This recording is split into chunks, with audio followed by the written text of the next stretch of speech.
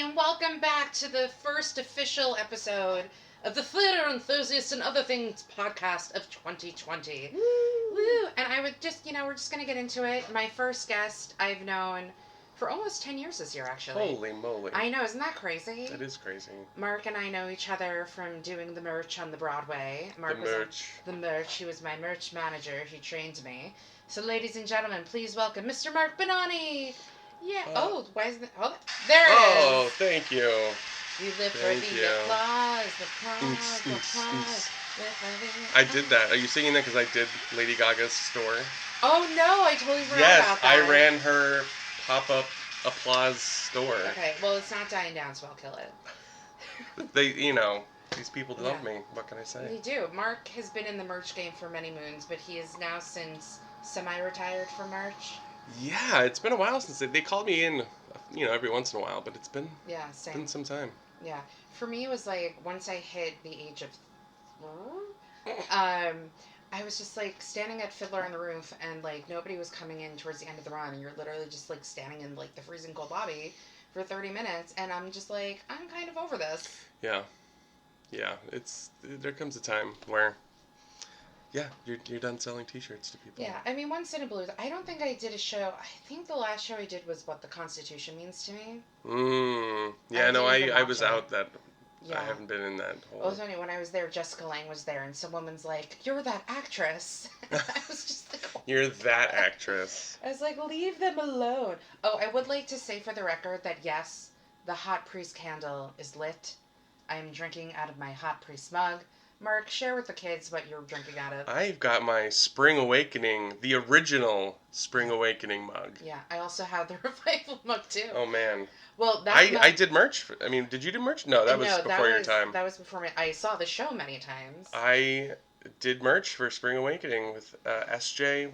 I remember SJ there because I remember saying like, "Who is this person?" Yeah, and I saw Jonathan Groff's butt like weekly. I saw like the back of his ball sack once. It was great. Because he got into it. He had like a bruise on his ass at one point. That was from me. No, I'm just kidding. Oh my god, it explains so much. Okay, so let's start from the very beginning. A very good place to start. Yes. When you begin, no, we'll stop. Okay, so Marc Bonnani. Yes. Tell the kids at home, where are you from? I am from Orange, California, Orange County, which I know you're fans of the Housewives, right? My happy place, I realized this year, is the Real Housewives of Orange County. Yeah, see, I grew up in Orange County. And listen, I meet people at work all the time, and I'm like, oh, I love that house, and they're like, we're not all like that. No, that's a different part of Orange County than I grew up in. I know, but I still love them. I can do an entire podcast about the Real Housewives of Orange County, but nobody I am friends with watches it. No, don't think I've seen. That's one of those things that, like, on Saturday, like at 9 a.m. when you're at your mom's house, you'll watch an episode and then have to watch the entire season. Mm-hmm. Like Little Women LA, I feel like I watched 2 seasons of one time when I was at my mom's house. I will say, like, most of my friends aren't into, like, most of the stuff I'm into, so I just have to, like, live my life by watching. Right. Me too. Me too. I'm sure you'll find many people who are into the Avengers, which we'll get into, kids. Woo! Avengers! Ooh, ooh! Anyway, so did you see Tom Hiddleston on Broadway? No. Harold Pinter and I just don't... I love me some Loki, but I can't sit through... Somebody I went to college with who I want to get on the podcast is actually a producer, and the day my friend and I were there, he was there. And if he knew, he would have taken us backstage to meet him. And I was just like, no! Also, by the way, on a total side note, if you follow Theater Enthusiast Podcast on Instagram, if you don't, you should, because it's a lot of fun. Yes. I posted a photo yesterday for Throwback Thursday of Moulin Rouge at the Emerson Colonial Theater because I saw it last night, which we'll get into later. And I'm so jealous. Some of the cast actually liked my Instagram post. Ooh. And Marc knows that I love this person dearly. Danny Burstein. Oh, he's the sweetest human. Adore him so much, and he liked my Instagram post, and I lost my shit. But Max Clayton also liked it, and I was looking at his Instagram stories last night, and fucking Andrew Scott, Hot Priest, he has a photo on stage with another cast member. So I'm like, was he there last night? Did I miss Hot Priest at Moulin Rouge? Anyway, so let's get back to you. Again, this is how we get sidetracked. Cool. Because Marc actually listened to a lot of the podcasts. So you grew up in Orange County. Where did your love of theater begin? You know, it's weird. I have a theory that my whole life was formed by watching Muppets Take Manhattan. Because I had nobody in my family was into theater. Nobody was performing. They're all race car drivers. And so it just must be, I wanted to move to New York and be in theater. With the Muppets. And live with the Muppets. So I guess that's... Oh, wait, I don't have anything Muppet related, do I? I have Muppets Take Manhattan on DVD. I could bring that out. That's classic. Yeah, it's my favorite Muppets movie. It's definitely the best. They should make that into a Broadway show. That would be hard, though. The Biltmore, well, it's now the Samuel Friedman, is where they filmed. Oh, wow. The big theater scene in... Wow, that's Muppets a Take small Manhattan. theater to do that. And Kermit's Sardi's portrait is still in Sardi's. You know, I have always imagined that if I become well known enough to have a Sardi's portrait, I'm going to write, I hope Kermit doesn't take this down. And I've always thought that ever since that is my dream, to have a Sardi's portrait. I hope Kermit doesn't take this down. So like 100 years from now, when Sardi's is still standing, people are going to be like, what the bleep is this? There you go. Yeah, so Muppets Take Manhattan. Yeah, but I mean, I did a school play in 4th grade, and I really got into it. And then for Christmas, my grandfather and my grandma and grandpa gave me, they had a subscription to the local, the Orange County Performing Arts Center where all the tourists came through. And they gave me a ticket for Christmas. And I remember opening, it was a red box that just had the ticket in it. And it was just getting the ticket. It was like, I can only imagine what priests describe as like a calling. Mm-hmm. It clicked. The whole universe clicked for me. And I realized this was my life from now on, before I even saw the show, which was Marie Osmond in The Sound of Music. Wow, my mom would just be so jealous. I remember nothing about the show. Yeah. But from then on, theater has been my life. Just like a total side note talking about the Osmonds. So my mom has a pair of binoculars in our house. And whenever we take it out for a concert, my mom would always say, my father bought these for me when I saw the Osmond brothers in concert. So funny. And then when I was, high school or college, like my mom and I and my 2 sisters came into the city. And this is when they were doing construction on the TKTS booth where it is now. And they moved it to the Marriott. And across the street was Beauty and the Beast. And they were like waiting online to get tickets. And stage door was happening. I was just standing there. I'm like, Mom, Donny Osmond's in Beauty and the Beast. You can go across the street and meet him. And so we went across the street. Oh my God. And my mom met Donny Osmond. And and she's like, I saw you and I have these binoculars. It was, my mom I saw him in the show. Oh, really? He was in closing night. I went to closing night of Beauty and the Beast. Nice. And, yeah, I feel like he wasn't in the cast at that time, but he, kicked out the person who was playing Gaston for the last performance. It was very weird, but yeah. Well, it's funny, too, because Spring Awakening, which I saw many times on Broadway, my roommate and I, this was before we were roommates, I think it was the summer going to her junior year, maybe. She was coming into the city, and we were going to go see a show, because she was, living in New Jersey or something for the summer. Mm-hmm. And she wanted to see Beauty and the Beast, but standing room, they have to be a certain height. Yeah, otherwise you won't see. My roommate was not tall enough, and still isn't. So, and I hadn't seen Spring Awakening since, the first performance after it opened, before it became, what it was. Yeah. And I was like, and I couldn't get the tickets, and I said to her, I kind of want to see Spring Awakening again. And she goes, okay, and that's where the Spring Awakening obsession thing with my roommate happened, so... Anyway, so let's get back to you. So it was your calling to do theater, and then you ended up studying. I went to a children's. It was not quite a children's theater, not quite a community theater, called the Music Room. Shout out to the Music Room. But is it still in existence? It is still in existence. Wow. It's like a whole different animal now. We used to do. I don't think they paid the rights for any of the shows. We used to do the film versions of things, but it's a whole no. It's a legit thing now. I love how you're wearing that. So I am a huge History Boys fan, and Marc wears a lot of hats, and he, in my honor, I have hundreds of merch hats. Is wearing a History Boys hat just for me. I still have. It was the first show I ever did merch for, History Boys, and I still have the display shirt on the display mannequin in my house. Wow. From the History Boys. I would love to steal that, but I won't. It's in the closet somewhere. I won't do it. We'll get into the History Boys later because I'm sure you have a lot of backstage juice. Those boys like to party. Yes. Who was the raunchiest one? James Corden? I'm sure you have stories about him now that he's like. Probably. I mean, I really didn't know. I was such a youngin' at the time, but Did they like interact with you at all? No, I almost got fired though. Why? This is my first show, and we sold the script to the show, and that was the bestseller. And I used to like hawk at the beginning of the show. I'd say, the show's really long. Read ahead. Go home early. And apparently, some of the cast heard me and requested that I be fired, but I luckily didn't. Do you know who requested you? I have no idea. Wow, imagine. Can you imagine, like, Harry Potter tried to have me fired? No, I don't know. If was he nice? Don't ruin. They were all very sweet. Yeah. I have a photo of James Corden's feet because the last month of the show I saw it like 10 times, and I had a digital camera, I can't speak English, digital camera where you had to click it and it took a second or two for it to like flash. Nice. So we took the camera and tried to take a photo of his crotch. Yeah, that sounds about right. And then it didn't go off in time, so somewhere on my computer I have a photo of James Corden's feet. Hey, it's... Yeah. I don't know what to say about that. And that sounds about right. Yeah, and Russell Tovey's coming back to Broadway. Yeah, that whole show is so special. I know. I watched that every time I worked it, and I feel like I found something new in it every time.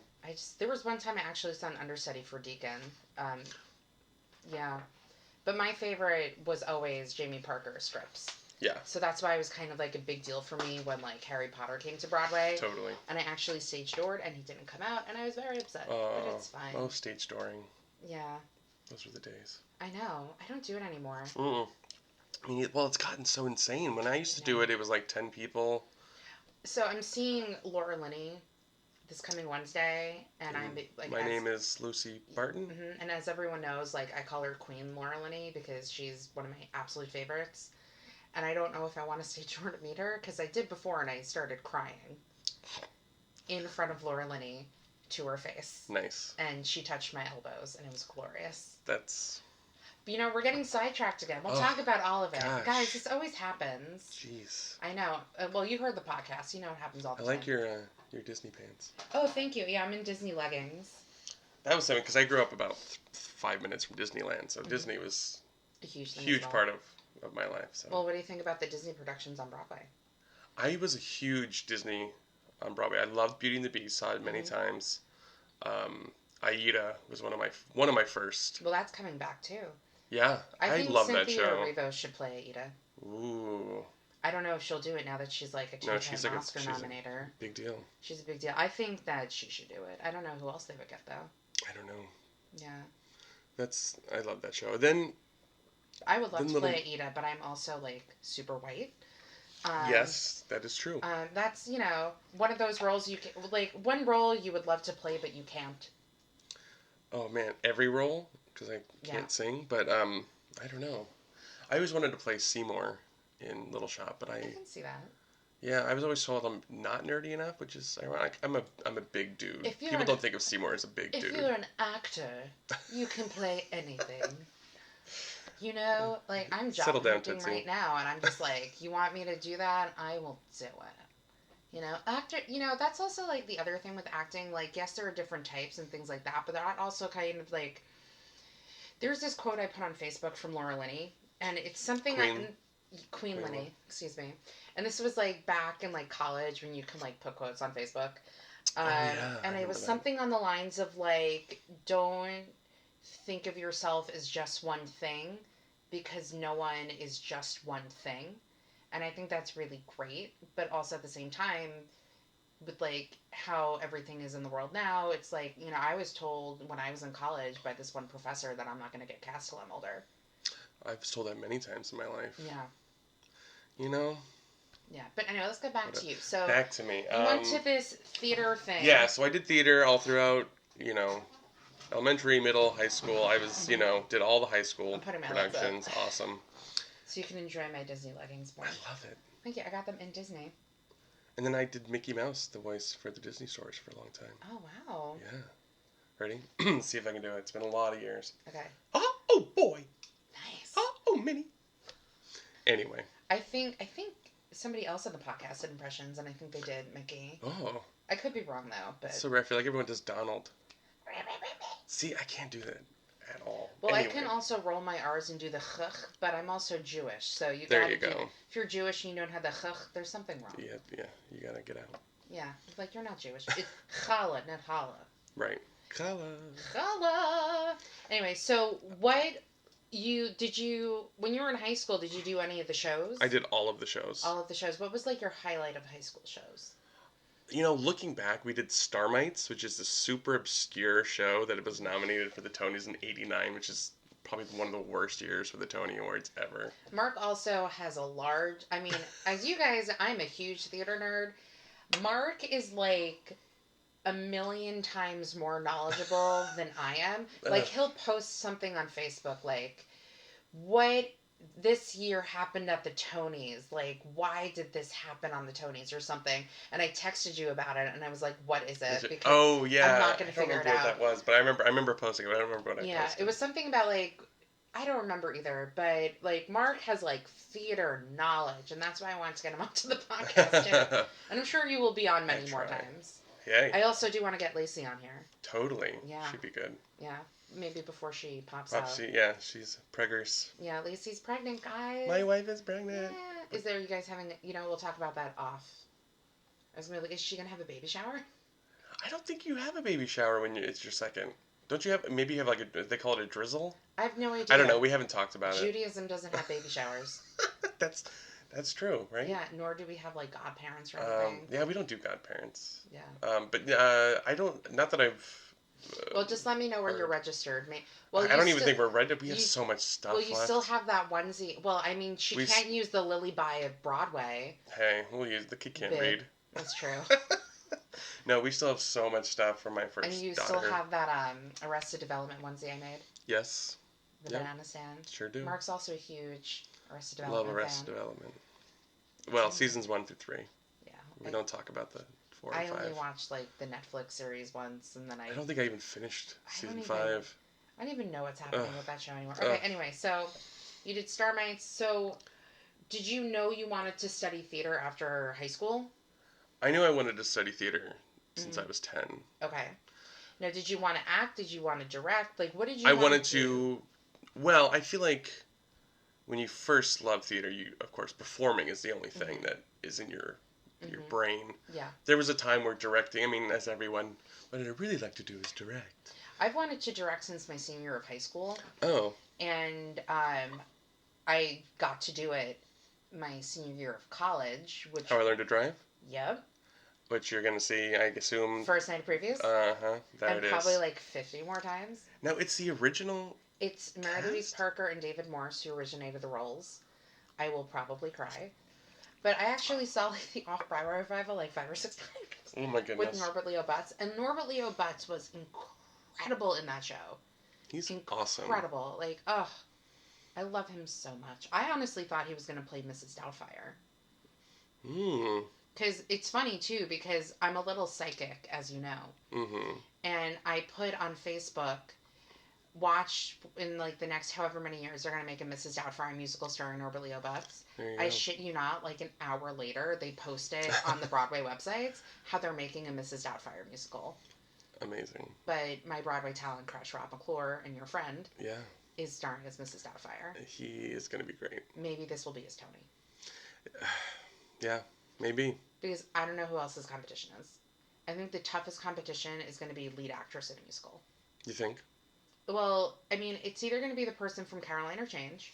Yeah, who it could be beat out Adrienne Warren for Tina in London. Yeah, or it could be her, Katrina. I don't think Katrina Long's going to.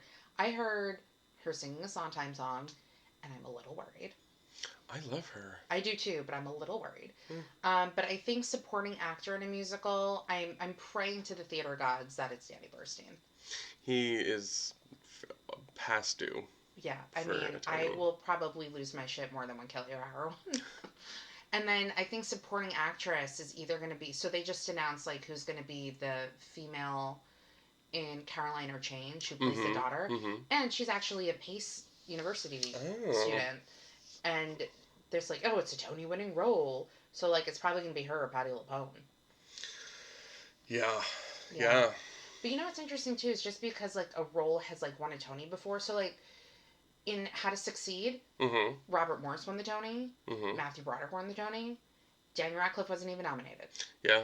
So, who really He really should have been. He was pretty great in that show. Also, Benjamin Walker should have been nominated for Bloody Bloody Andrew Jackson. Well, that whole show should have been received much better. Yeah. I still say Bloody Bloody had to die so that Hamilton could live. I don't think Hamilton would have been as... Well, when I went to Boston, like, summer of 2018 to see the out-of-town triad of Moulin Rouge, I'm a huge, like, history person. Like, I love colonial America, like, that stuff. Ugh.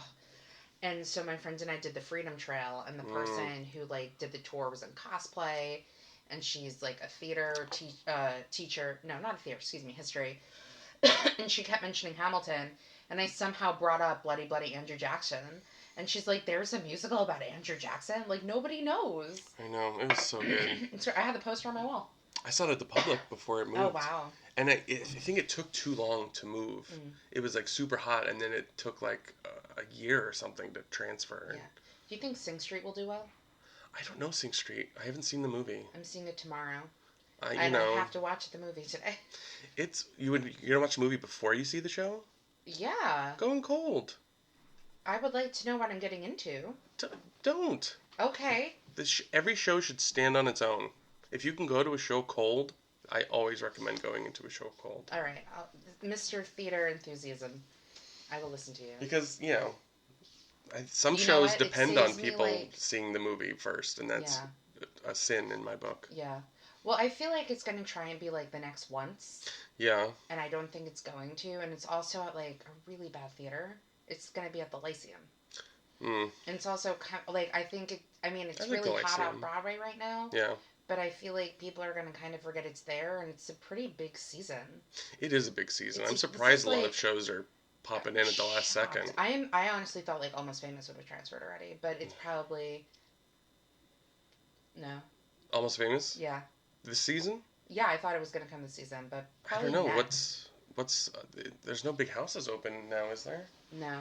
Because the Marquee is going to be the Britney Spears show. This is my thoughts about the Marquee Theater. No, it's nothing bad. I think they should have put the Music Man there. Yeah. And leave Beetlejuice alone. Well, it's interesting. For a while, Beetlejuice looked like it was going to be short-lived, and then it had an afterlife. A little. It's doing really well. I wonder though, if it hadn't announced closing, if it would be doing as well. It was doing fine before they even announced it. Yeah. Yeah. I saw it. It's a lot of fun. If Alex Brightman is leaving to do the Belushi, when is he leaving? I don't know, but he has a movie lined up. Yeah, he's playing Jim Belushi. John Mulaney, I think, is playing Chevy Chase. Yeah, John Belushi. What did I say? Jim Belushi. Well, they're brothers. I don't think I'm gonna do Jim Belushi movie would do as well. Excuse me, he was in Curly Sue. He was in Curly Sue with Allison Porter, who was. I know.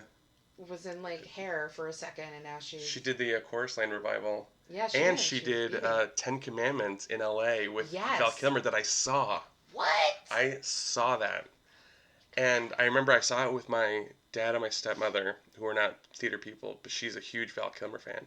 And she asked me what those monitors were that hang out, and I was like, oh, that's like where they can see the conductor. And I turned around, and no, it was a teleprompter for Val Kilmer. But you know what? A lot of people use that now. Yeah, I guess. Well, they do the earpieces now. Yeah. Well, I mean, it was very well known that Elaine Stritch had, like, an earpiece during a Little Night Yeah, but she was like 1,000. That's true. I love Stritch. Stretchy. But anyway.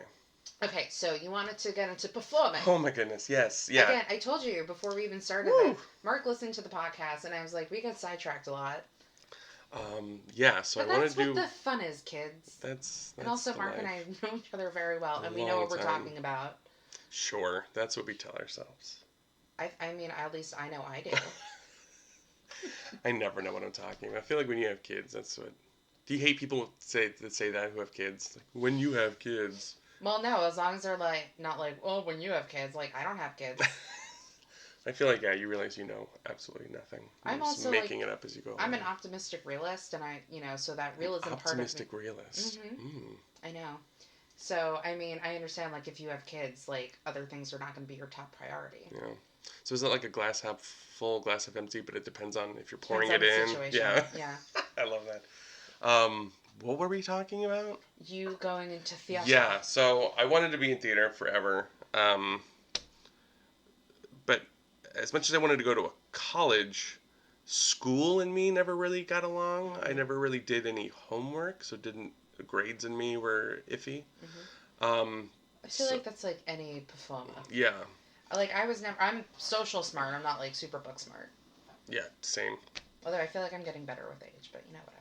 I don't have to study. Like a fine wine. Exactly. I'm going to be like Helen Mirren sexy when I'm older. There you go. Yeah. She is hot. Thank you.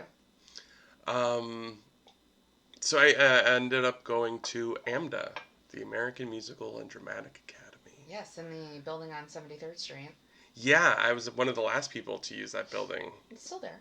Well, the Ansonia is there, but now they use it exclusively. They go to like 60. Oh. Yeah, they had like bought the bunch of floors up. They were. Well, they probably still have the office there because I'm on Weight Watchers, and that's where my Weight Watchers meeting is in that building, and they still have in the Ansonia building. Yeah. Dang. They call that the Christmas cake, the wedding cake building or something. That's where Flo Ziegfeld owned like a whole floor. Oh. Wow. And like his mistress lived in the floor below or something crazy like that. Wow. See, Marc and his knowledge of theater.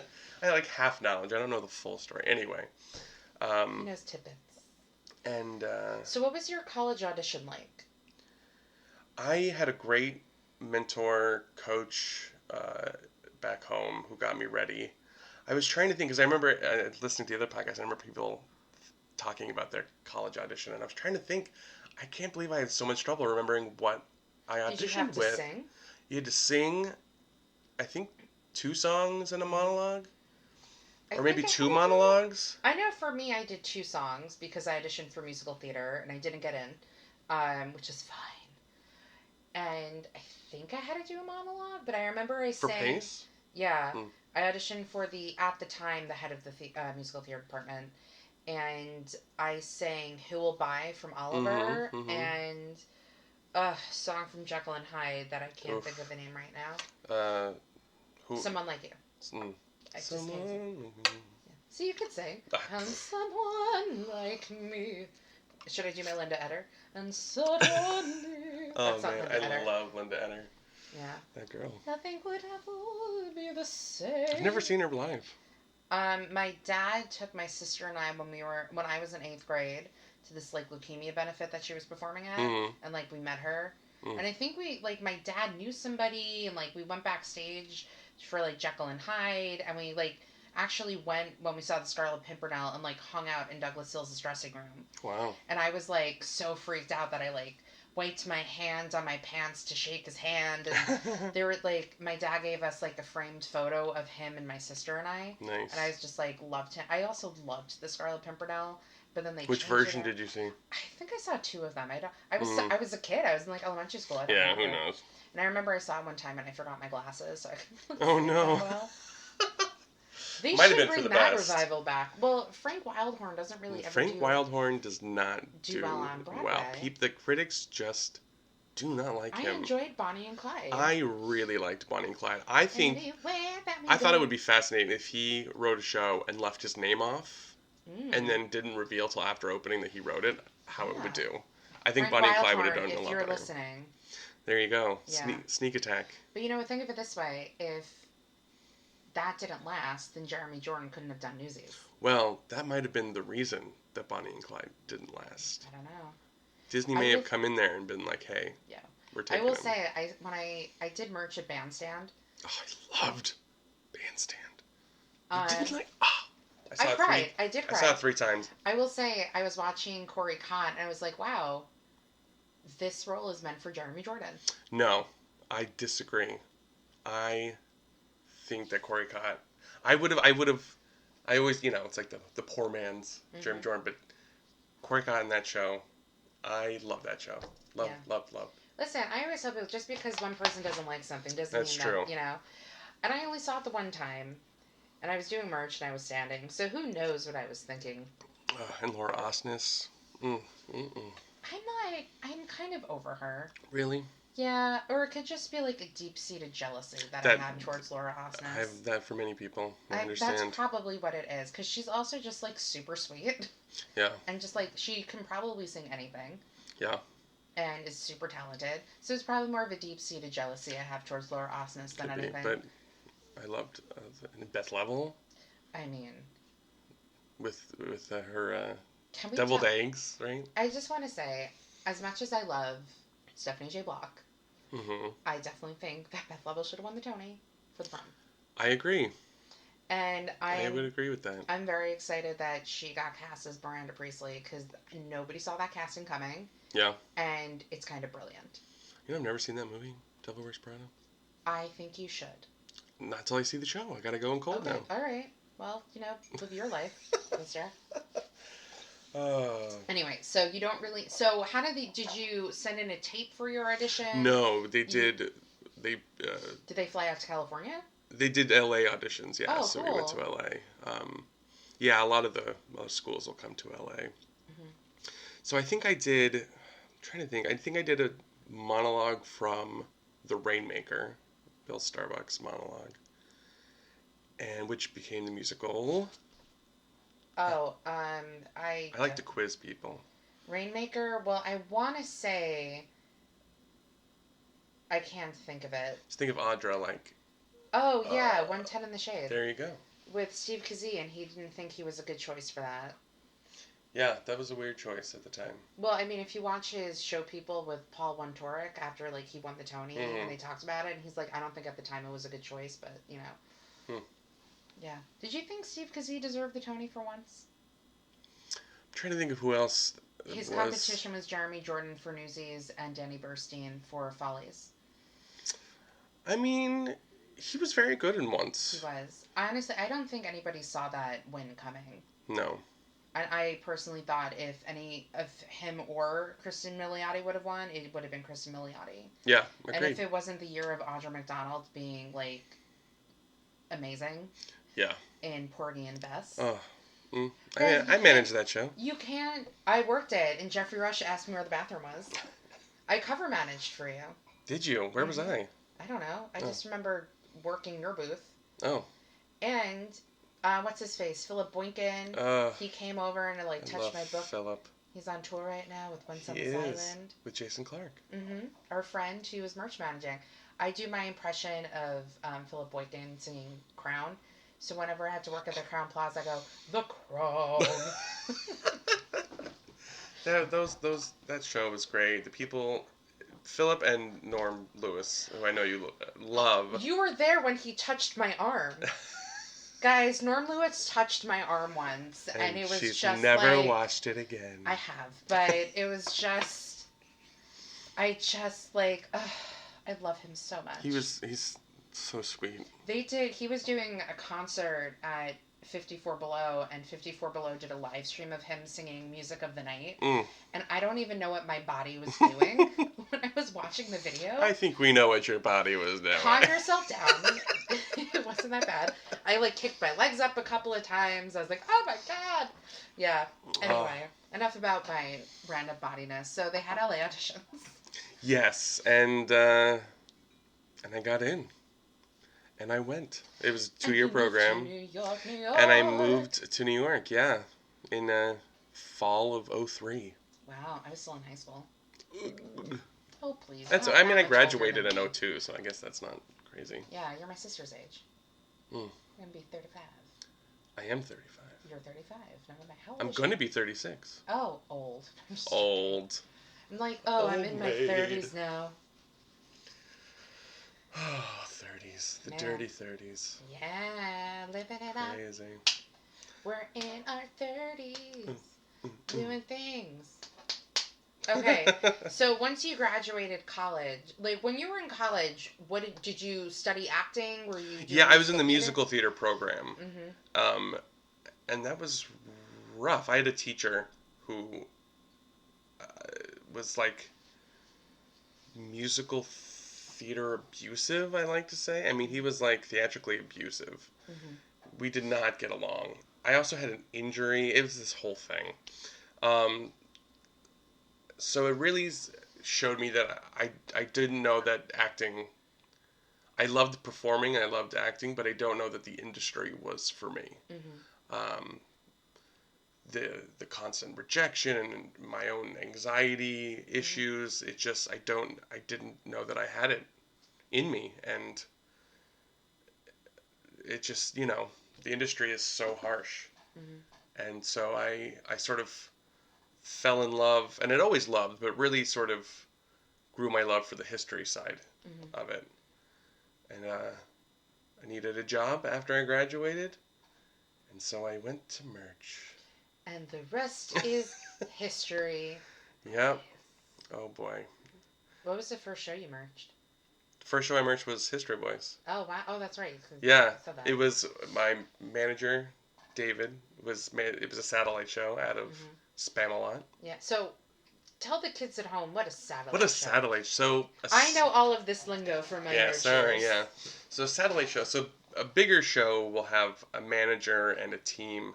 But a smaller show, a play or a really small musical, will just have one employee who reports to a manager at a different show. So they're sort of on their own. So he walked me over to the booth at the Broadhurst Theater, showed me how to fold, showed me how to count in, and said, I'll see you later. Yeah. And I fold my shirts a certain way thanks to Mr. Marc Bonnani. There's an art, guys, there is an art form to folding a t-shirt. There is. And let me tell you, when there was that booth I always worked at Mamma Mia, and I came in for my main shift, and I saw how all the shirts were folded, guess who had to sit there during the show, before the show, having to refold all of the shirts. It's... Because certain people just don't know how to fold a shirt nicely. It's true. They used to grade our folds back in the day. Wow. We used to have managers who really got on us about our folds. They'd be like, that's a B+ fold. Wow. So, yeah. And then I came into the picture. And then it all just went to hell. I know, it kind of did. No. You're great. Thank you. I know. I've actually been told I'm a really good merch manager from people who I managed while cover managing people. Nice. Thank you. And they're like, you're a really good manager. I was like, thank you. I'm well aware. Oh, yeah. So then you just were like, screw the performing. Let me just stick with merch. Well, it was just, Were you did you want to, while doing merch, were you figuring out if you wanted to go audition? Were you auditioning?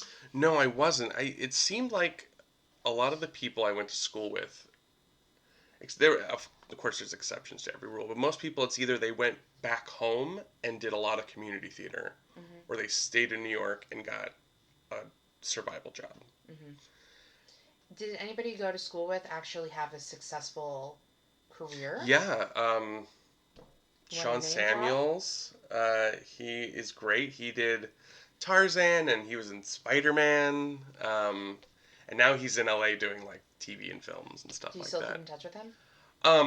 Through Facebook, as we all do now. Yeah. But there's been lots of people.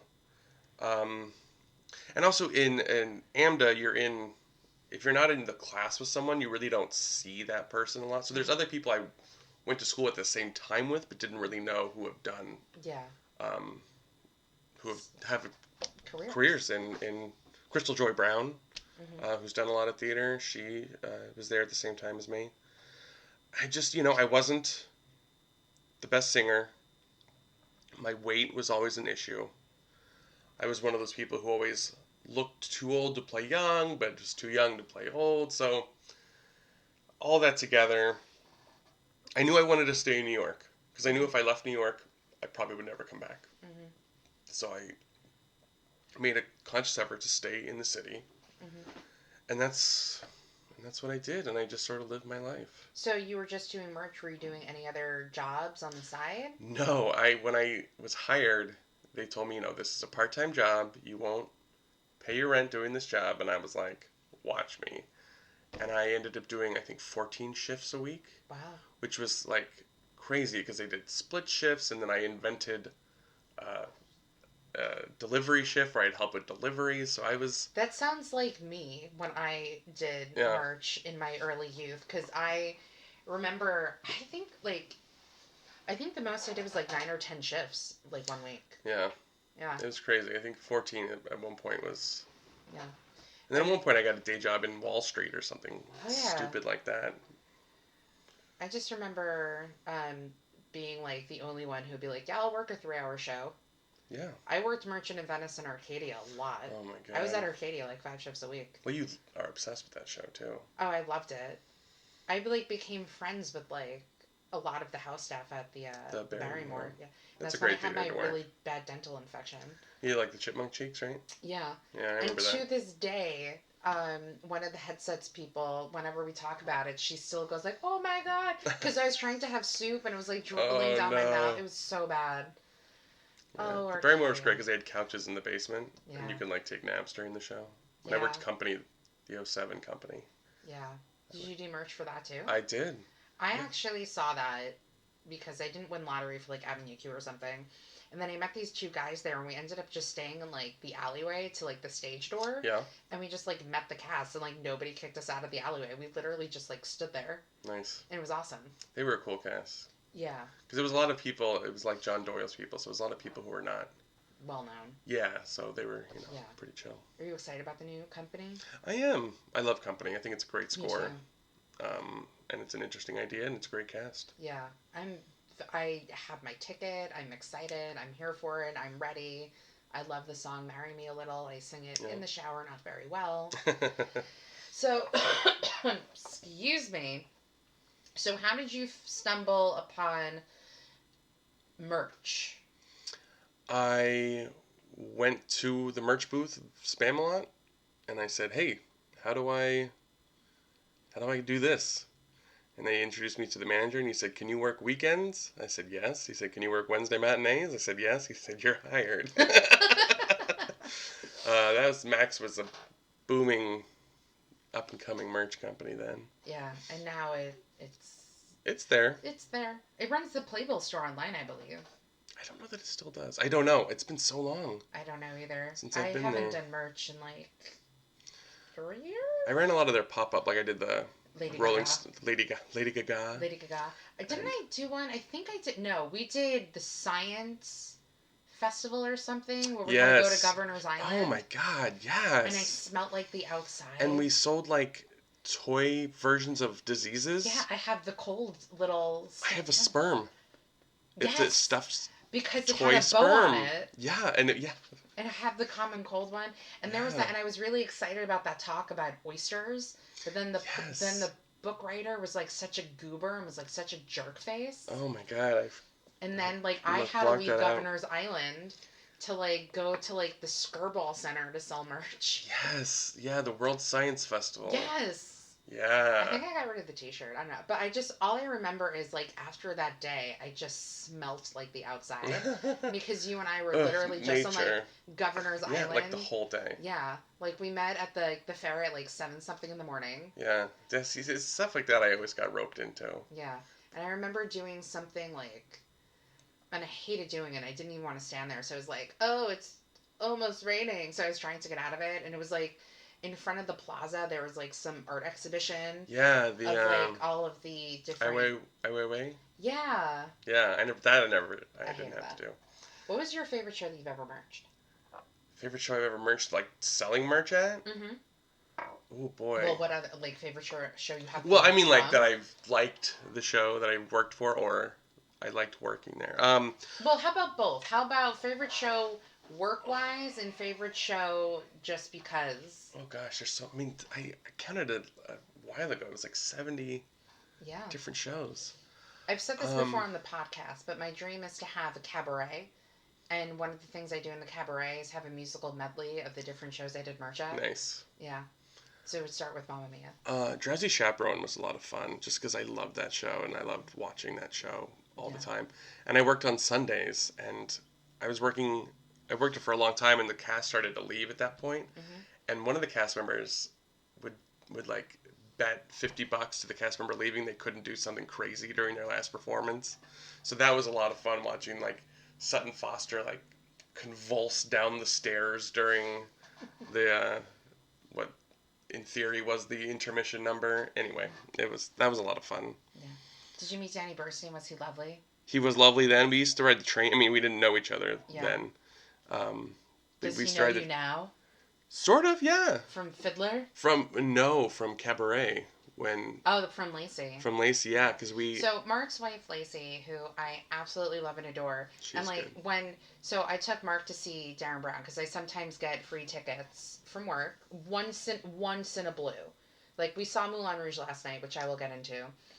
And, I got, like, a free ticket for Bat Out of Hell, which was, like, the worst thing I've ever seen.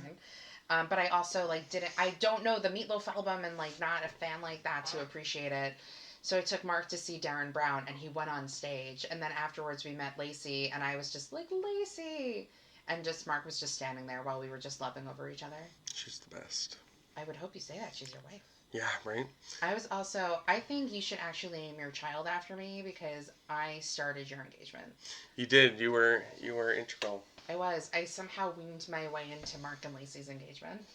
Amazing. I think I was just, like, so invested. And I literally, like, just met you guys. Was it just, like... I think it was, like, a few months in. Like, I just started merch, and I Nice. just became, like, your favorite person. Well, naturally. I mean...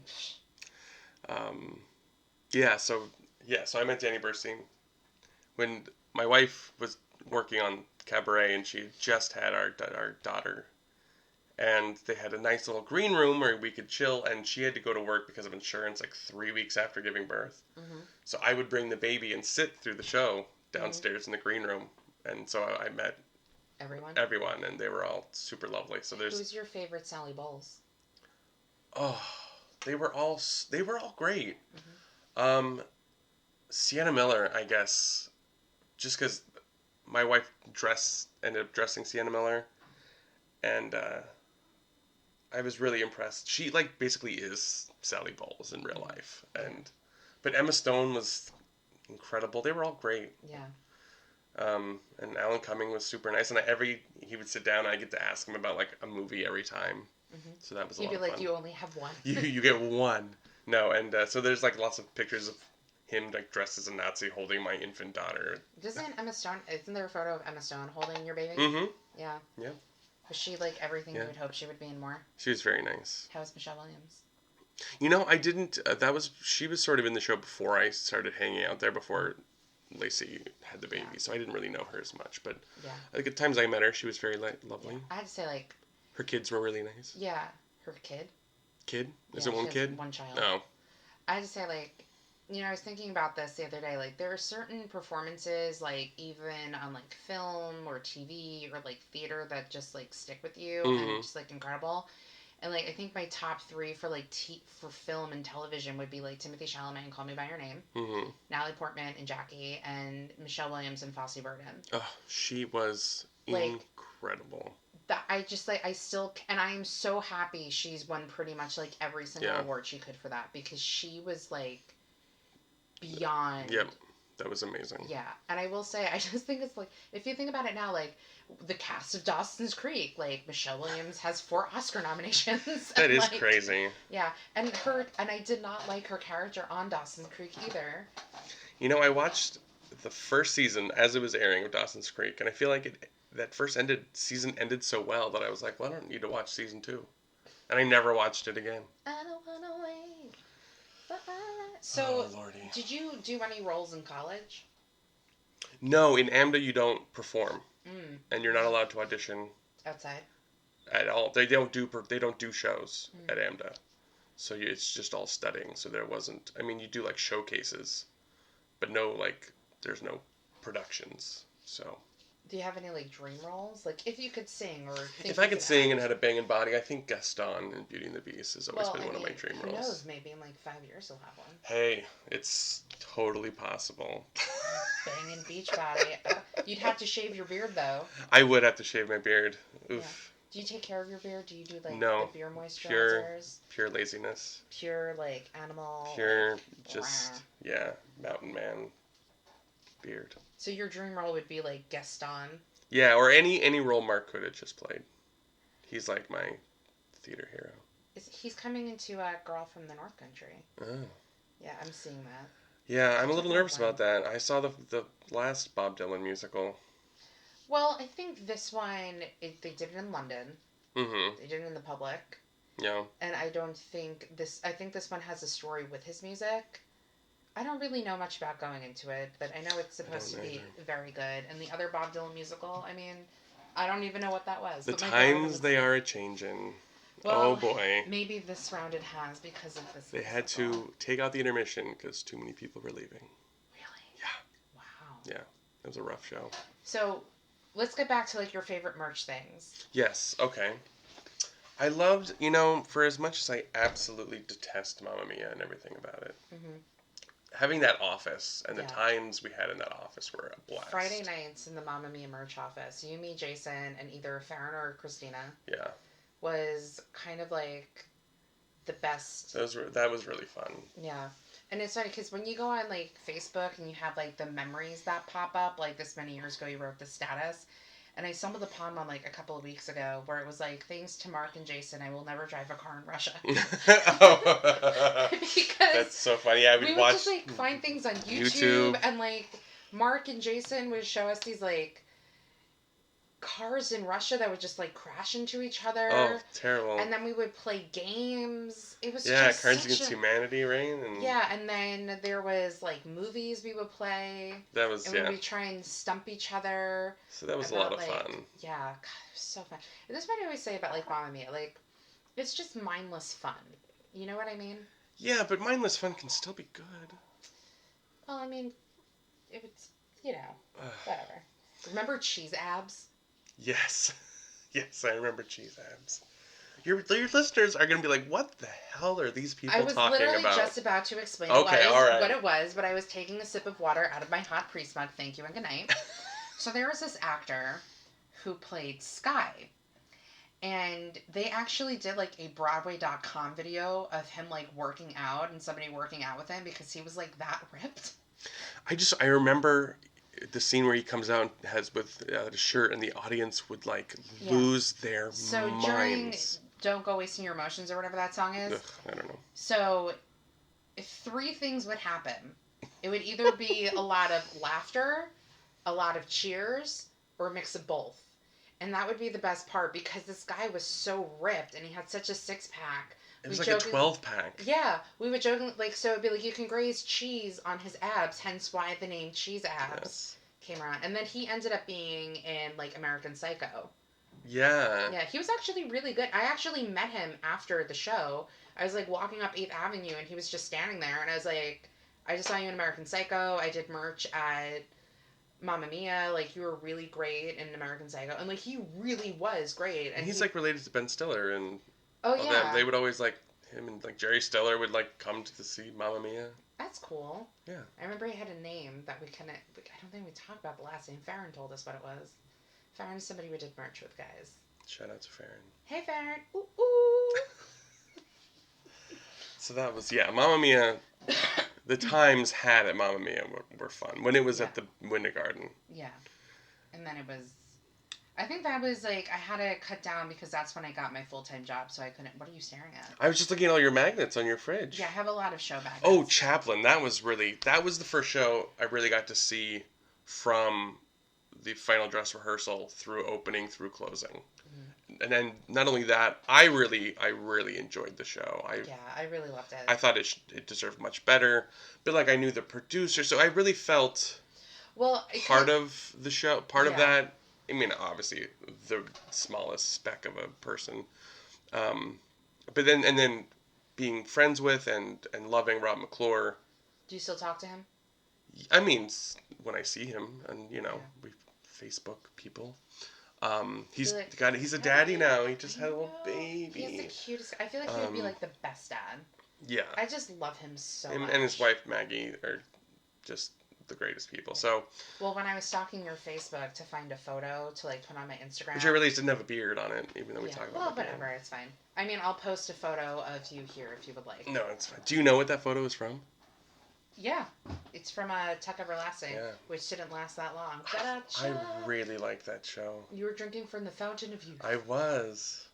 I was saying because there's photos of you from like the Avenue Q tour with like Rob McClure and his wife with the puppets. Yeah. Yeah, when on my final day, I got to take pictures with every single puppet in the show. Nice. And, so when I did I did Max for a few years, and then they were looking for people to do tours, so I toured for 3.5 years doing merchandise, which was an amazing experience. And then you were brought to Mamma Mia. And then I was brought to Mamma Mia. Did I go to Mamma Mia first? I don't know. I did American Idiot for a long time. I loved American Idiot. So guys, there's an American Idiot documentary. Yes. You can get it on Apple. It's called iTunes. Broadway Idiot. Yeah. Is it Broadway Idiot? I think that's what it's called. That's what my dad called it when he saw the show. Because my dad did not like that show at all. But that also wasn't his type of show.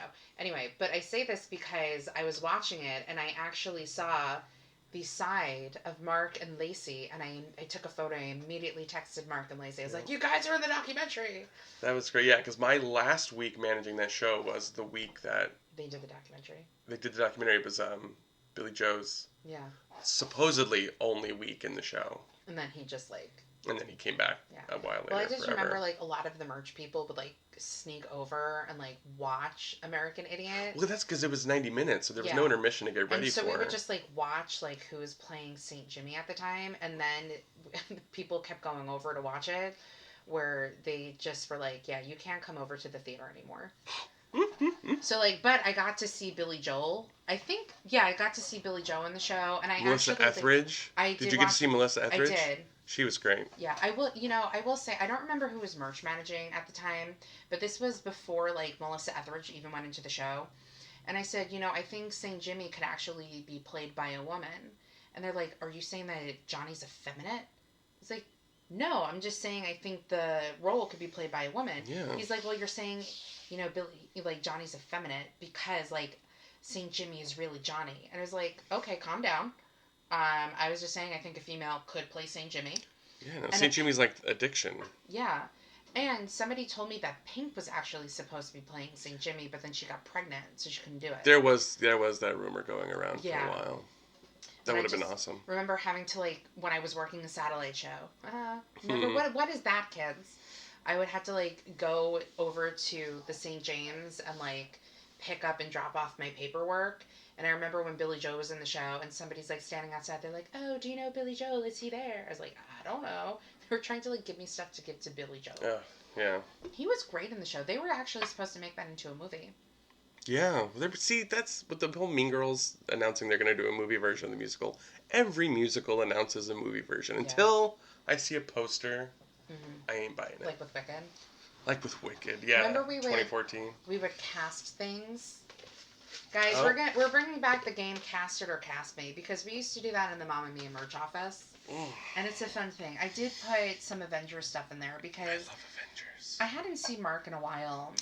And then I took him to see Darren Brown, and I was like, Marc, theater. And he goes, I haven't really been doing the theater thing. I just got really into the Avengers. And I was shook. It's not that I haven't been doing the theater thing. I will always be doing the theater thing. I just want to say, you have not experienced the full Marc Bonnani experience until you go around the Broadway flea market with Marc Bonnani. Because I had experienced it once. I mean, it was an enjoyable experience, but also at the same time, I don't know if I can do it again. It's a very intense experience. I don't play around. He does not. I just remember you walking around with one of the chimney sweeps from Mary Poppins. Oh, yeah. Yeah. So, Marc, tell the kids at home what you want to do with all of these things. So, yes, one of my passions is collecting props and costumes used in Broadway shows, and I've got quite the collection at this point. Which I'm sure his wife is thrilled about. Yeah, it takes up space. I recently bought the did I tell you from Avenue Q, which is one of the first shows I did merch for. I bought the beds. I've never seen Avenue Q. I know. Okay. I know.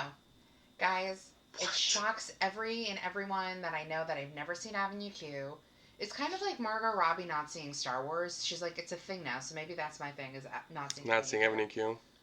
I hadn't seen Titanic for a long time. That was my thing, and then somebody made me see it. I can't watch it. I just get really upset because I know what happens. And the same thing with West Side Story. We're going to talk about West Side Story and your feelings about it in a moment. Okay. I want to see it. I think it's gonna be the same thing like the Oklahoma revival. Like, you're either gonna really like it or you're not gonna like it. See, I agree with that mostly. But my feelings about the Oklahoma was that they had they made such strong choices that even if I didn't agree with the choices, I appreciated that the choices were made. Mm-hmm. So ultimately, I don't think the production was successful for me, but I really appreciated the vision. And when you've got a show that's a classic, why not, Well, to me, I mean, do it something felt with it? very Brooklyn, that production of Oklahoma. Mm. And I didn't hate it, but I also didn't love it. So I'm still kind of on the fence about it because there were aspects of it I did like. There were, some stunning moments. Yeah, I will say, like, I don't do well with live gunshots, and there was 4 of them. That was rough. And then, I mean, 2 of them you knew were coming. The first one you didn't, so then you figured the second one is. And then at the end when he's, like, pointing the gun at the guy. And then when Mary Tessa's character shoots the gun, Ann Eller, Mm-hmm. that you didn't see coming at all. So I literally, like, went, blah! Yeah. And the guy next to me started laughing at me. Yeah, I don't know. I mean, I don't know. I really, except for the ballet, I was... That music, like, I just drove me nuts. And I didn't think really that was the understand point it. of it. I mean, I don't know. But I also think, like, it kind of put a little out of content of, like, what the Dream Ballet was if you don't really know Oklahoma. Yeah, like, I feel Lori like if you... takes opium, but you kind of, like, don't know about that.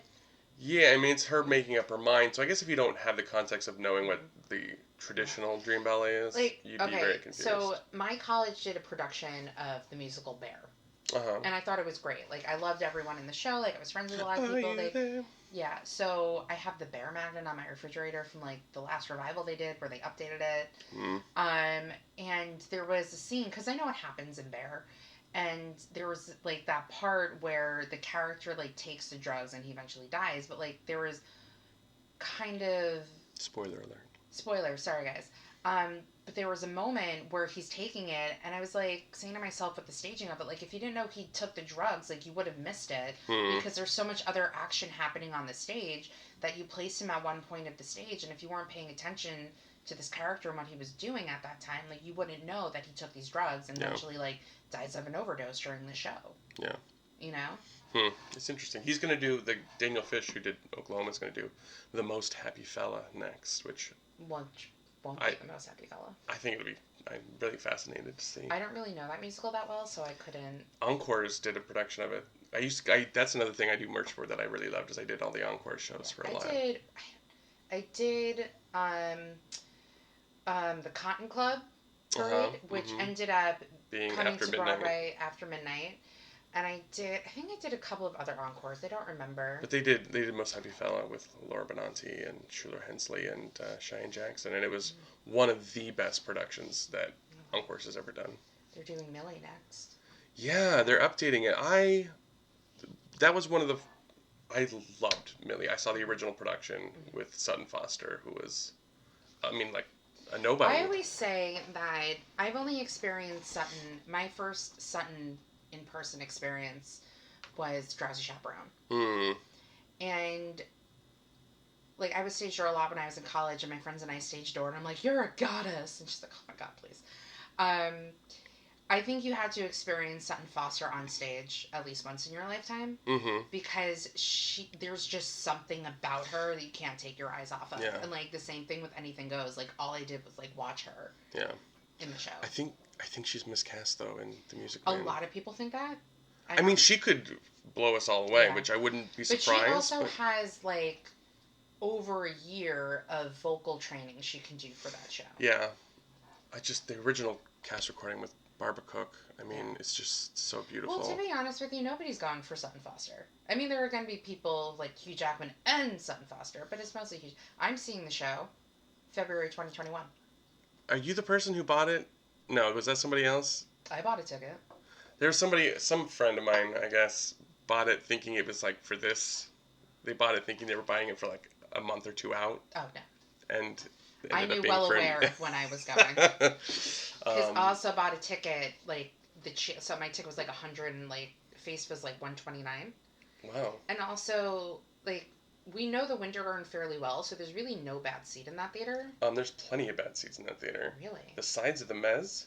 Well, that's where I'm sitting. Oops. Oh, whatever. I mean, you're in the building. I mean, it's not the there is no truly bad seats, but... I always tell people, like, there's really no bad seat in the Winter Garden. I mean, I walked all over it. Yeah, if you're on the extreme sides of the mezz. Whatever. I'm in the building. You're in the building. That's all that matters. I know how it works. I know the house staff. What's up? It could be, the house staff is so different now. Yeah, although Craig's still there. Craig the ticket taker. He wouldn't know me if he fell on me. Really? Yeah. So, I mean, a lot of the Jew Jamson ushers know me, but that's only from, like, doing merch at the Walter Kerr Theater. Oh, the Kerr. I loved working the Kerr. That was a great house staff. Yeah. So, where do you see your... We're getting, like, so sidetracked. I know. I don't even know where we were What are we started. talking about? We're just talking, guys. So, where do you see yourself in the future, like, pertaining to theater? Like, do you see yourself actually, like... Because Marc is a stay-at-home dad. Yep. Do you... Like, I know that you write for stuff sometimes. I did, yeah. I wrote for Theater Nerds for a while, but I didn't do well with, like, deadlines and, like, having to come up with ideas. Mm-hmm. I also don't enjoy writing. Like, I think I'm fairly good at it, but it's not something I Maybe you should start a podcast. Yeah. People have suggested. I'm at this place where I just don't know what I want to do. I feel like I posted this Venn diagram recently that just spoke to my soul. It's like things I'm good at, things I enjoy doing, and then separate is things that make money. Your Broadway meme. So Marc has your Broadway memes. Yes. Tell the kids at home what it is. Broadway memes by Ghost. Like I made a meme one time. God, they're so good. I had fun and people seemed to like it, and I made more and people seemed to like that, and So you have it's that fun. Going. Yeah, so that I wish that made money, but that's great to build. This, I like doing it, and it builds my self-confidence to maybe branch out and do other things. Yeah, I mean, maybe you can make t-shirts. You never know. You got a merch person, Hey, Randy. Hey, let's do some t-shirts. Maybe you'll be at BroadwayCon one year. I saw BroadwayCon happening now. I know, at the hotel I work at, so I'm gonna be there on Sunday. Of course, like it's not the Moulin Rouge Day. I went to the first. I know. 3 or 4 years and. I actually, Max did merch at BroadwayCon, so I worked at BroadwayCon one year, and I walked her. I still have the photo of us in that photo booth I jumped in with you. Yeah, I met Dave Malloy at BroadwayCon, and it was very exciting. Oh, that show. Natasha Pierre and the Great Comet of 1812. One of my favorite musicals. Yes, that is one of my top. Most special, like 2 musicals have a very special place in my heart. It is that one and Once. What is your favorite musical? That is such a hard question. I feel like whenever people ask me that, I say The Music Man because it's a classic and it is one of my favorite shows. Know The Music Man that well? I love that show. So I'm kind of excited how you say, like, go in blindly. Yeah. And it was funny, too, because that was kind of the same thing with My Fair Lady. Like, I never saw the movie. And, so I kind of went... I, knew some of the songs. And, of course. There was one song that was in and I was like, oh, this is from My Fair Lady? Right. But yeah, I went into My Fair Lady kind of blindly, and I didn't love it, honestly. And then I saw it with Laura Benanti, the week she started, and I was like, oh, I love this show. That's so funny. I've had that with shows where I see it, and I don't connect with it, and then I see it with a new cast, and it's like, this is the greatest show ever. I did not feel that way about In the Heights. You didn't like In the Heights? Nope. Oh. I just remember, the first time I saw it with my family. Mm-hmm. And I remember saying to myself, I feel like if I saw this with a friend, I would probably like it a lot more. And I also just remember saying to myself, there's too much dancing in this. And it's a musical. And then I won tickets at the Broadway flea market however long later. And Jordan Sparks was in the show. And I took one of my best friends. And I was just like, nope, still didn't do it for me. Interesting. Yeah. And like I said, and I always say this, just because I didn't, and people get so offended that art I is didn't subjective. like In the Heights. And I tell them, I'm like, calm down. I love Once. Not everybody loved Once. Yeah. When also with theater, it could have to do with what you ate for dinner that night. It could be you stepped in a puddle in your shoe. It's all subjective. Yeah. I mean, it's not the worst thing I've ever seen. That's A Perfect Crime off Broadway, but... And I remember actually having seen Bat Out of Hell, and I was just like... And I said to my mom, I was like, Mom, I've seen a lot of duds, but this one, and she's like, that's like a big thing coming from you. Yeah, I'm one of those people who finds, like, even though people say I hate everything. Like, Bat Out of Hell, like, they worked, and I say that, like, Margaritaville, like, was it the best show I've ever seen? No. Did I have a great time? Yes. Yeah, and that was a fun show. I think, like, maybe it's the older I get, the more, like, you're more appreciative, you're more understanding, but, like, people work their asses off on shows. Like, even if they go in knowing it's going to be a dud, even if it closes right away, there's so many people who work their ass off getting a show up and running, and you feel kind of bad about it. Like, Bat Out of Hell, they were, like, so talented, like, they were great. The cast was great. I just think the show itself, I was not a fan of. But I'm also not a huge Meatloaf person. I didn't really know the album. And I think if you were like a Meatloaf fan and you liked the album, you would appreciate Bat Out of Hell. Not for me. I'm not a Meatloaf fan musically or food-wise. You don't want to see Paradise by the Dashboard Light? Who don't want to what now? Exactly. I saw Dance of the Vampires, which is that is another merch. That's another show garlic. Holy moly! I have in my collection. I have a strand of the garlic from Dance of the Vampires. You want to talk about bootlegs? Bootlegs? Yeah. Why are we talking about bootlegs? Do you want to talk about it? Sure. Pro or con? Well, we know you're pro. Because there's like a big controversy is bootlegs. Yeah, I have mixed feeling about bootlegs. I don't think anyone is going to not go see live theater because they've seen a bootleg. Mm-hmm. I don't think anyone's not going to buy the cast recording because they got a grainy live recording. Mm-hmm. It's these shows aren't recorded. I mean, they're recorded a lot for Lincoln Center and stuff, but it's not accessible to anyone not in the city. Mm-hmm. I think there's value to them. Yeah. I don't think they're, and I know maybe my opinion would be different if I was a performer in them, but I don't think, I don't get the whole stealing. It's theft. I don't know. I have mixed feelings about it. Yeah. But Marc does have a nice collection. Yes, I have a couple. Do you still get stuff or no? I have my people. Okay. I have some bootlegs too, and like the thing is. Well, now with YouTube, everything's. Yeah. When I started on, there was no. There's a lot of bootlegs. Now it's like it's crazy. I will say, like, I was watching Moulin Rouge last night, so let's fuck it, let's do it. Review it. We're gonna review things that we just saw. So I will say, between now and May, I have, as of this, like, last Friday, so my birthday was this past Saturday. Happy birthday! Thank you!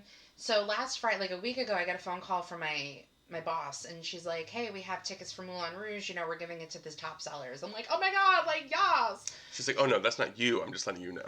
How dare you?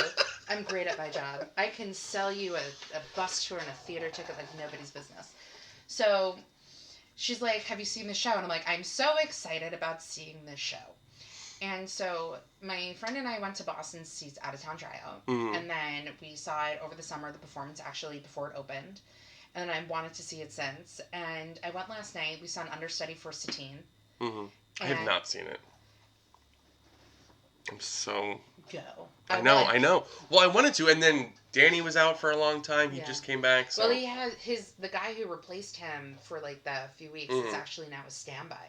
Oh. Which is great. And so I saw the girl Ashley Lauren, Loren, go on for Satine, and she's gone on a couple of times because she's also her standby, and Karen Olivo doesn't do like certain performances. And I will say, as horrible as it sounds, that when they announced Karen Olivo, everyone was kind of like, is she really going to do like 8 shows a week?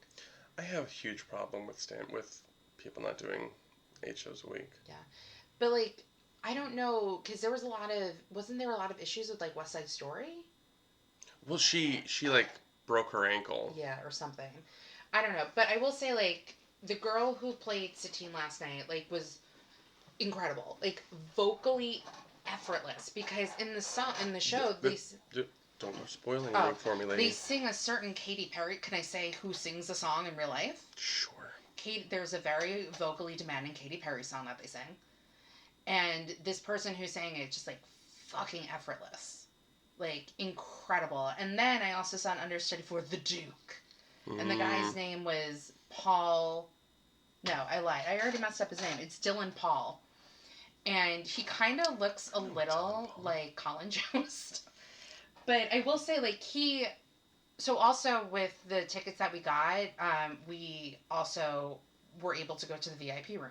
Holy moly. I know. So, like, my entire, like... VIP room. See, what is theater nowadays? What is VIP well, no, it's rooms? because if you work for, like, a concierge company, certain, you know, marketing or whatever, they're going to give you free tickets so you can, like, recommend it to guests and sell the tickets. Yeah, but what about... What VIP room? It's a room that you go in, they give you, like, complimentary, like, something, and then you have to pay for everything else. It's like a fancy room, and they have, like, bathrooms. Anyway... I lost my point of this story. Sorry. It's okay. So I was talking to the people who, like, check you in, and they were saying that, like, Dylan Paul has been with the show since Boston. And he understudies the Duke, he understudies Christian and, like, another role, and this was, like, his first time going on as a principal. Oh, wow. And he was awesome. Since Boston? Wow. Yeah.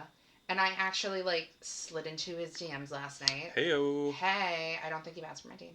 And I, like, said... Well, I also DM'd him under my podcast account. Gotcha. And I said, I just wanted to let you know that I saw you on as Duke tonight, and you fucking killed it. I also heard it was, like, your first time going on.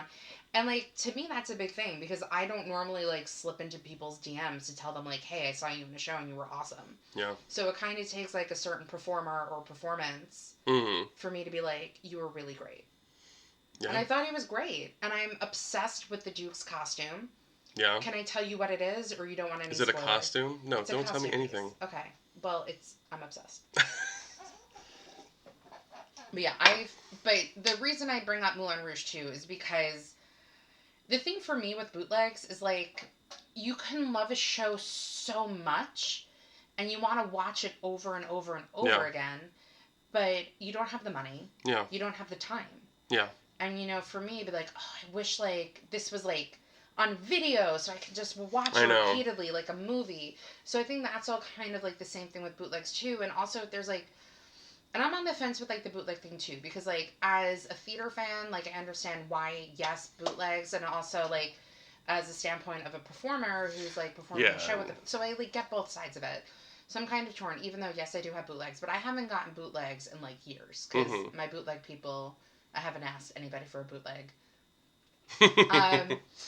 And so, I mean, for me, like, you know, if I want to reminisce about Once, or if I want to watch, like, if I want to think about Great Comet, or, you know, like, I would love a Pretty Woman bootleg, because that is my guilty pleasure musical.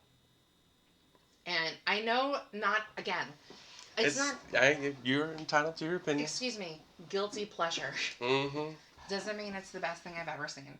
And because of Pretty Woman, I got to meet Anna Pascal. And that's what's the most important. There you go. Yeah.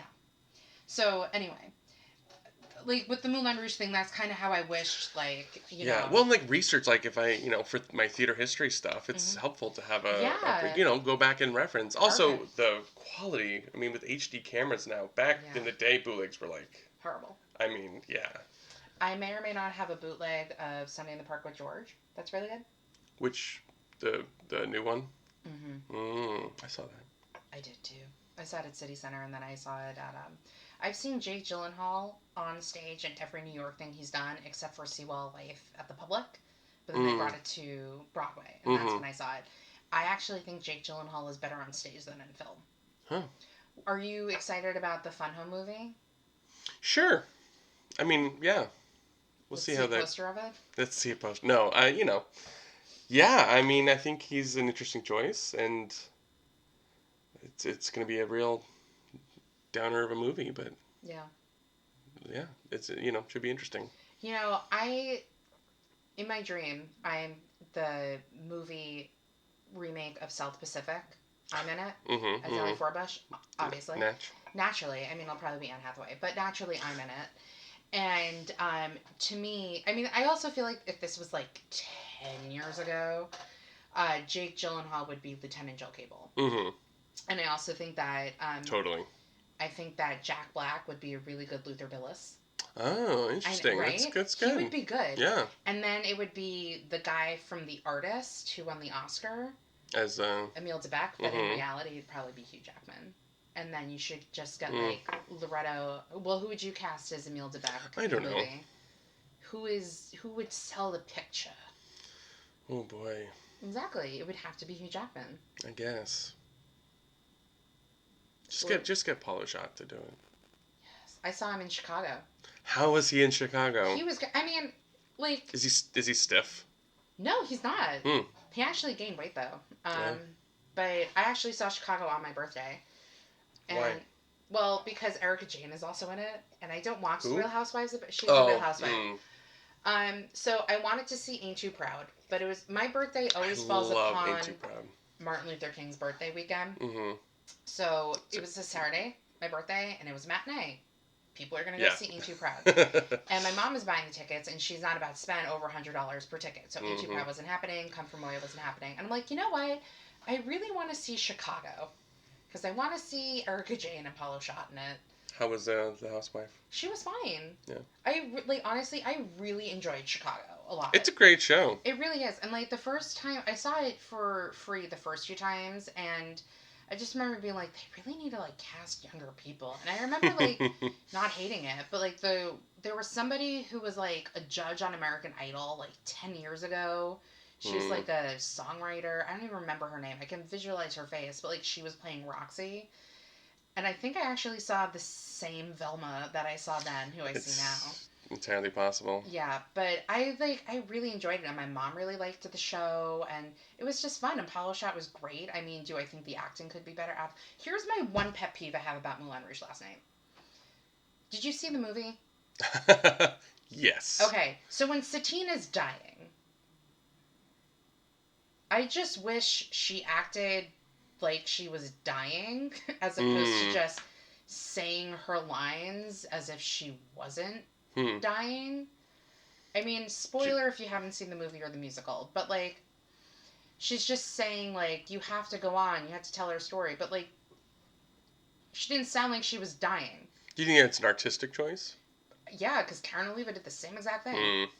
And I will say, like, seeing it in Boston, like, I really enjoyed it in Boston, but I focused more on the negative aspects of what was going on than, like, what I enjoyed about it. And then when I saw it in New York, it was, like, 10 times better.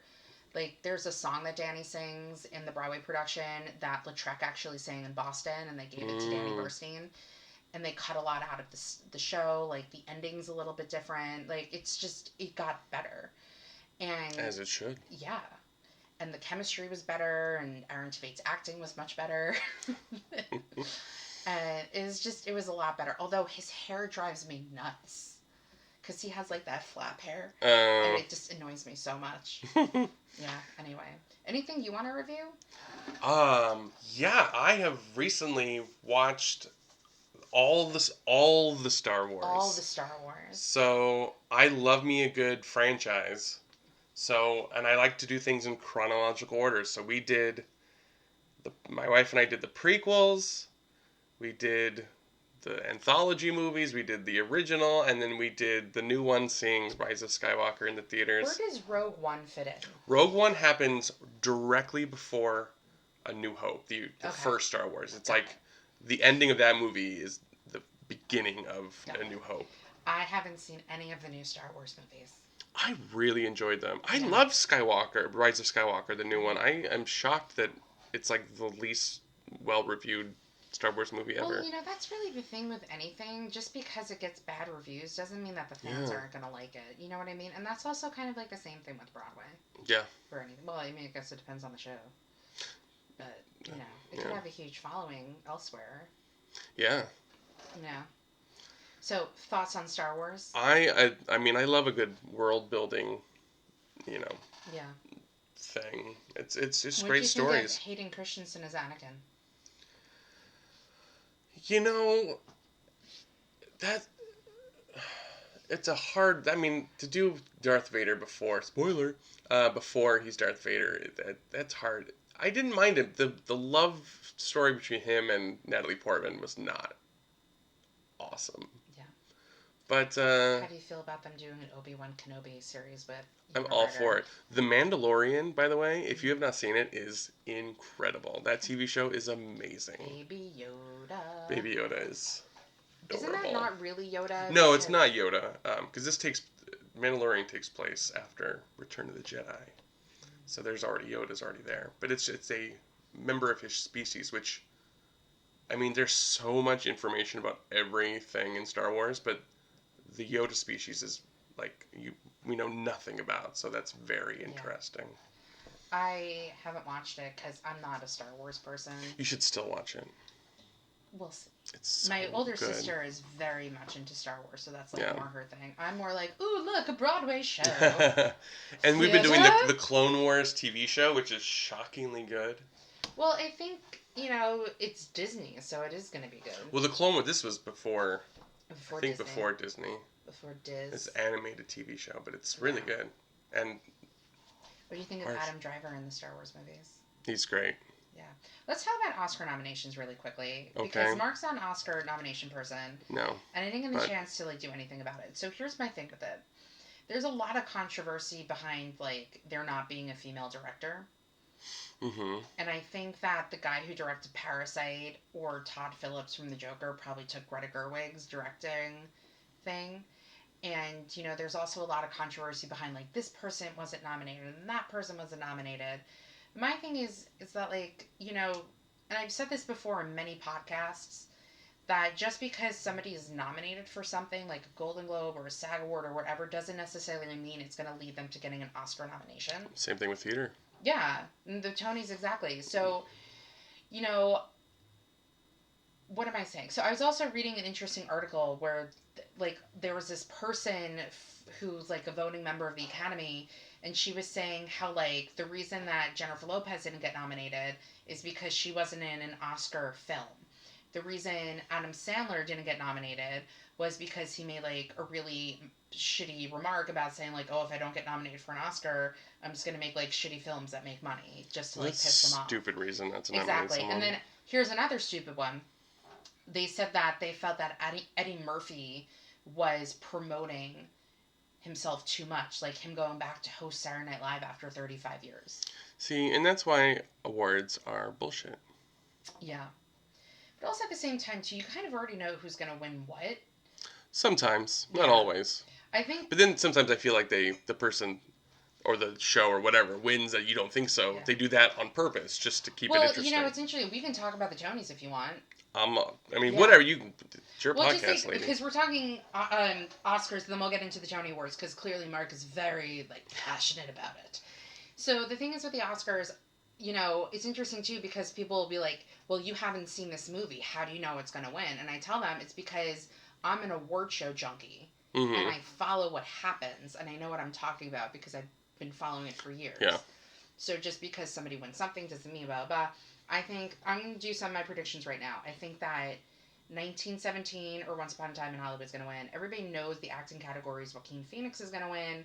Renee Zellweger, Laura Dern, Brad Pitt. I think the only surprise upsets in the acting categories would be if somehow Adam Driver wins for Marriage Story or if Joe Pesci wins for The Irishman. I think director is going to be the guy who directed Parasite or Shawn Mendes. No, Sam Mendes. Thank you. Shawn Mendes is a singer. Is the really attractive 20-something-year-old singer, and I feel like such a cougar for saying that. Also, Harry Styles, I would not kick out about, even though he's 8 years younger than me. Oh boy. And I think Greta Gerwig has a good chance of winning adapted screenplay, so that would be her Oscar. And I think that Quentin Tarantino is going to win original screenplay. And I also put this on Facebook.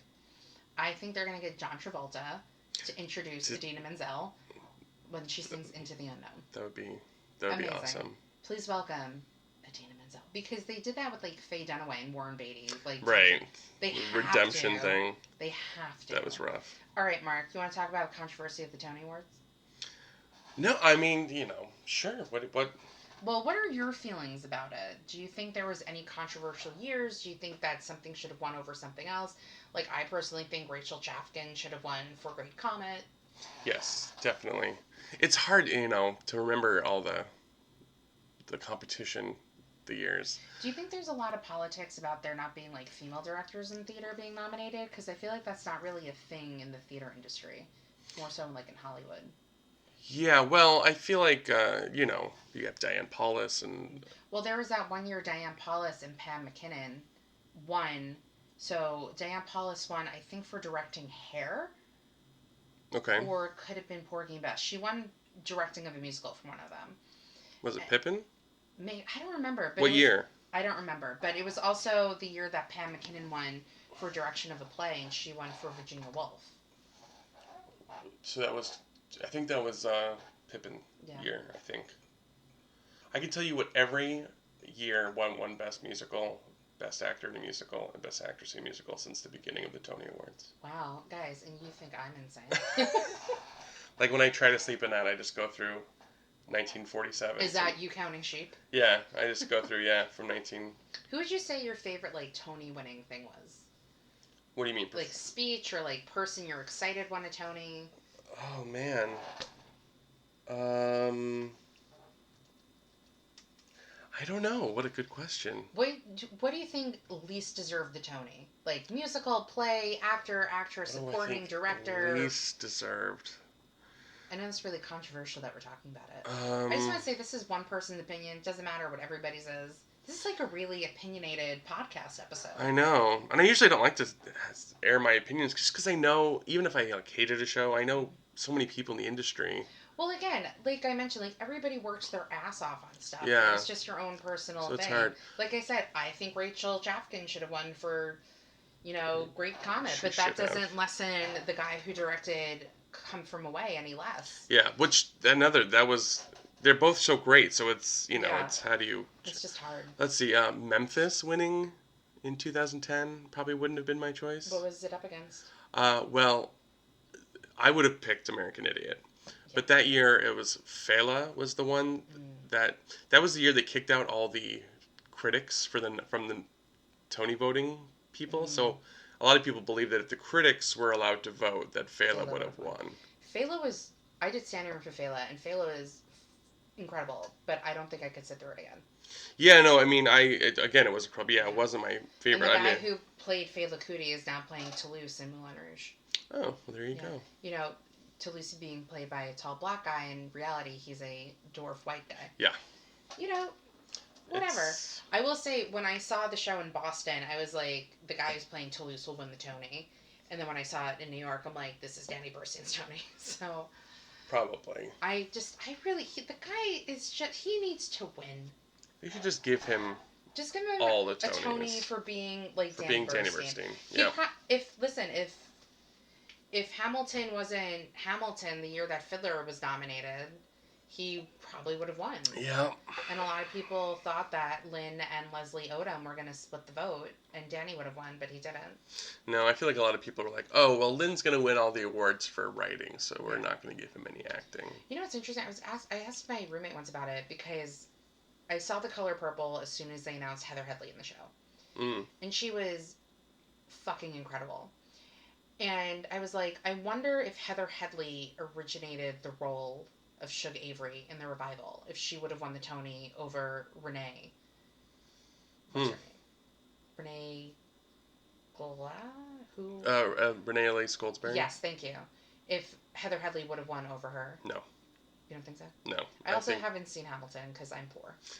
Renee Elise Goldsberry had that locked, and deservedly so. Yeah. Yeah.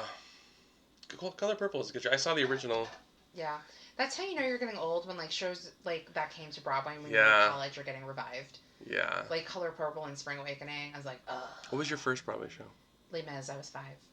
Well, yeah, see. You don't take 5-year-olds to Les Mis. I mean, I guess you do if you want them to. Well, for years I would say that to my mom. I'm like, you don't take a 5-year-old. And she's like, you need to get over it. And then I won tickets through work because they had like limited tickets. And this is like when I first started with the company that I worked for. And they were like, we're going to have a contest. So if you want to win Les Mis tickets, you have to take a photo with like a New York Vista. So I made a collage of like different locations. And this is like when Heathers the musical was on like off Broadway. Off-Broadway. And I made a collage. So I had like photos in front of the booth. I even had a photo with the naked cowboy. I'm like, I am winning tickets to this revival of Les Mis. And I won, and I took my mom and I texted her a photo of Ramin in it with his like shirt ripped open. And she's like, hello. I will say, I was very impressed by Will Swenson in that show because I did not know he could sing like that. I think when I saw that revival, most of the original revival cast had left. Yeah. I don't remember who I saw in it. Yeah, they keep reviving that. People like Les Mis, I'm like, it's not on Broadway.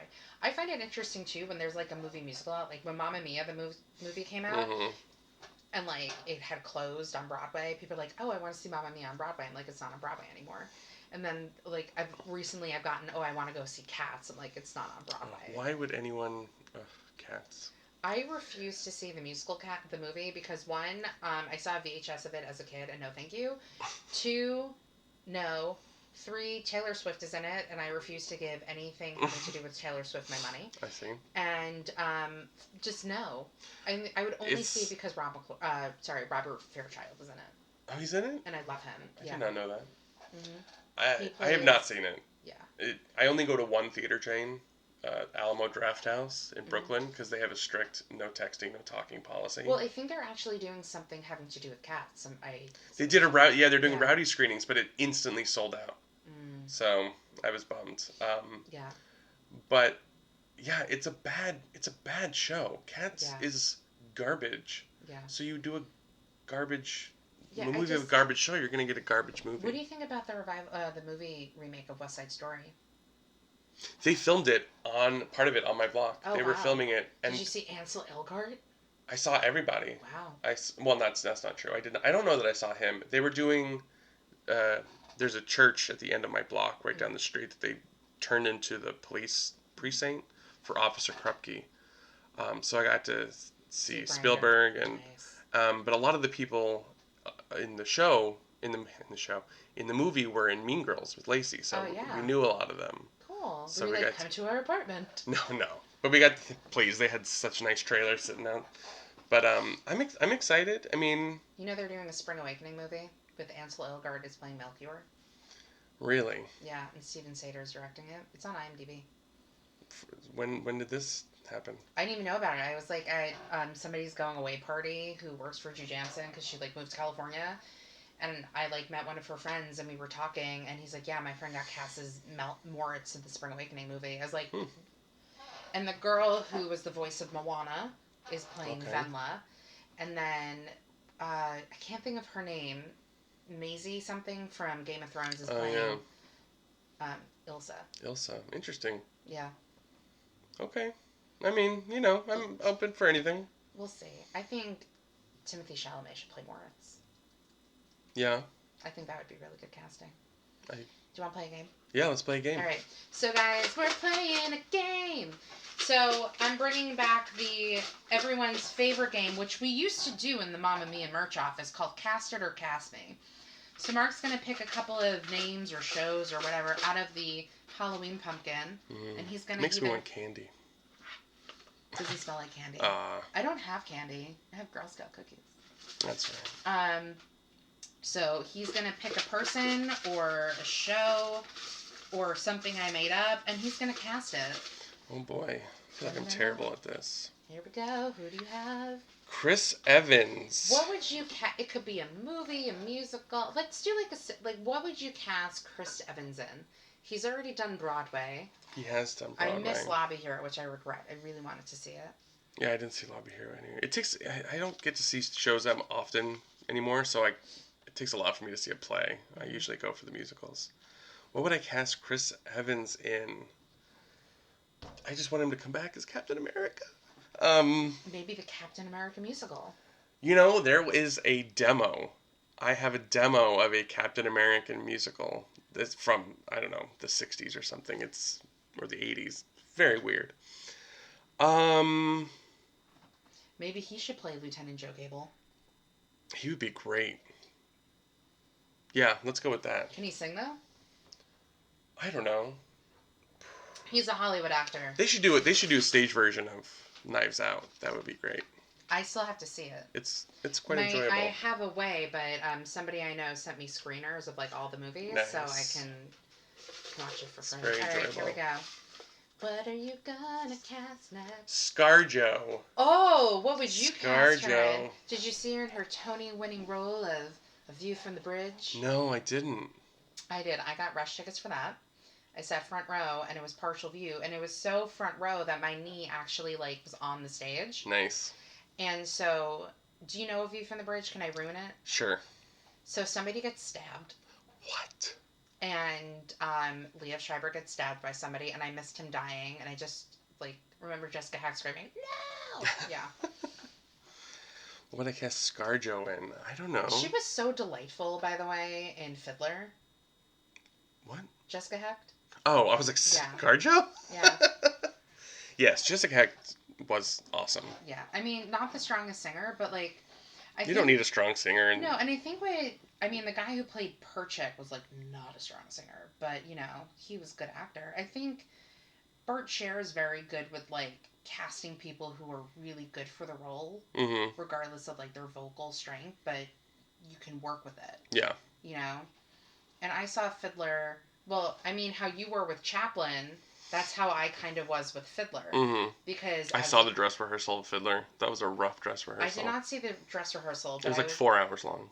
First night of previews, which we were both there, was 3 hours and 10 minutes. Yeah.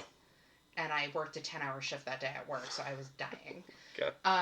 But then I was the one, I worked on Saturdays, but I also didn't work every Saturday. Some Saturdays I would like take off for whatever reason. But I was pretty much there pretty consistently every Saturday, and I was the one consistent merch person throughout that entire run. So I was literally there the first night of previews to the final performance. Wow. And I saw it like a few weeks before it closed, and I can kind of tell why it was closing. Because like I think after a while, a show kind of loses its magic a little bit. Yeah. And I think it lost a little bit of that. And my favorite couple actually was Chava and Fietka. Yeah. Which, fun fact, the guy who played Fietka, Nick Ryberger, he actually was the understudy for the two male leads in The Glass Menagerie. Oh. Yeah, so I know my light magically turned on. So I actually merged his only 2 Broadway shows. Nice. Yeah. Oh, Glass Menagerie. That was a great show. Well, that the one that I merged, not the last revival, which I did not see. Which was that one? That was the one with Sally Field. Oh, yeah, no, I didn't see that one. I saw But anyway, what would you cast ScarJo in? Oh, these are so hard. It's hard for me to think of shows.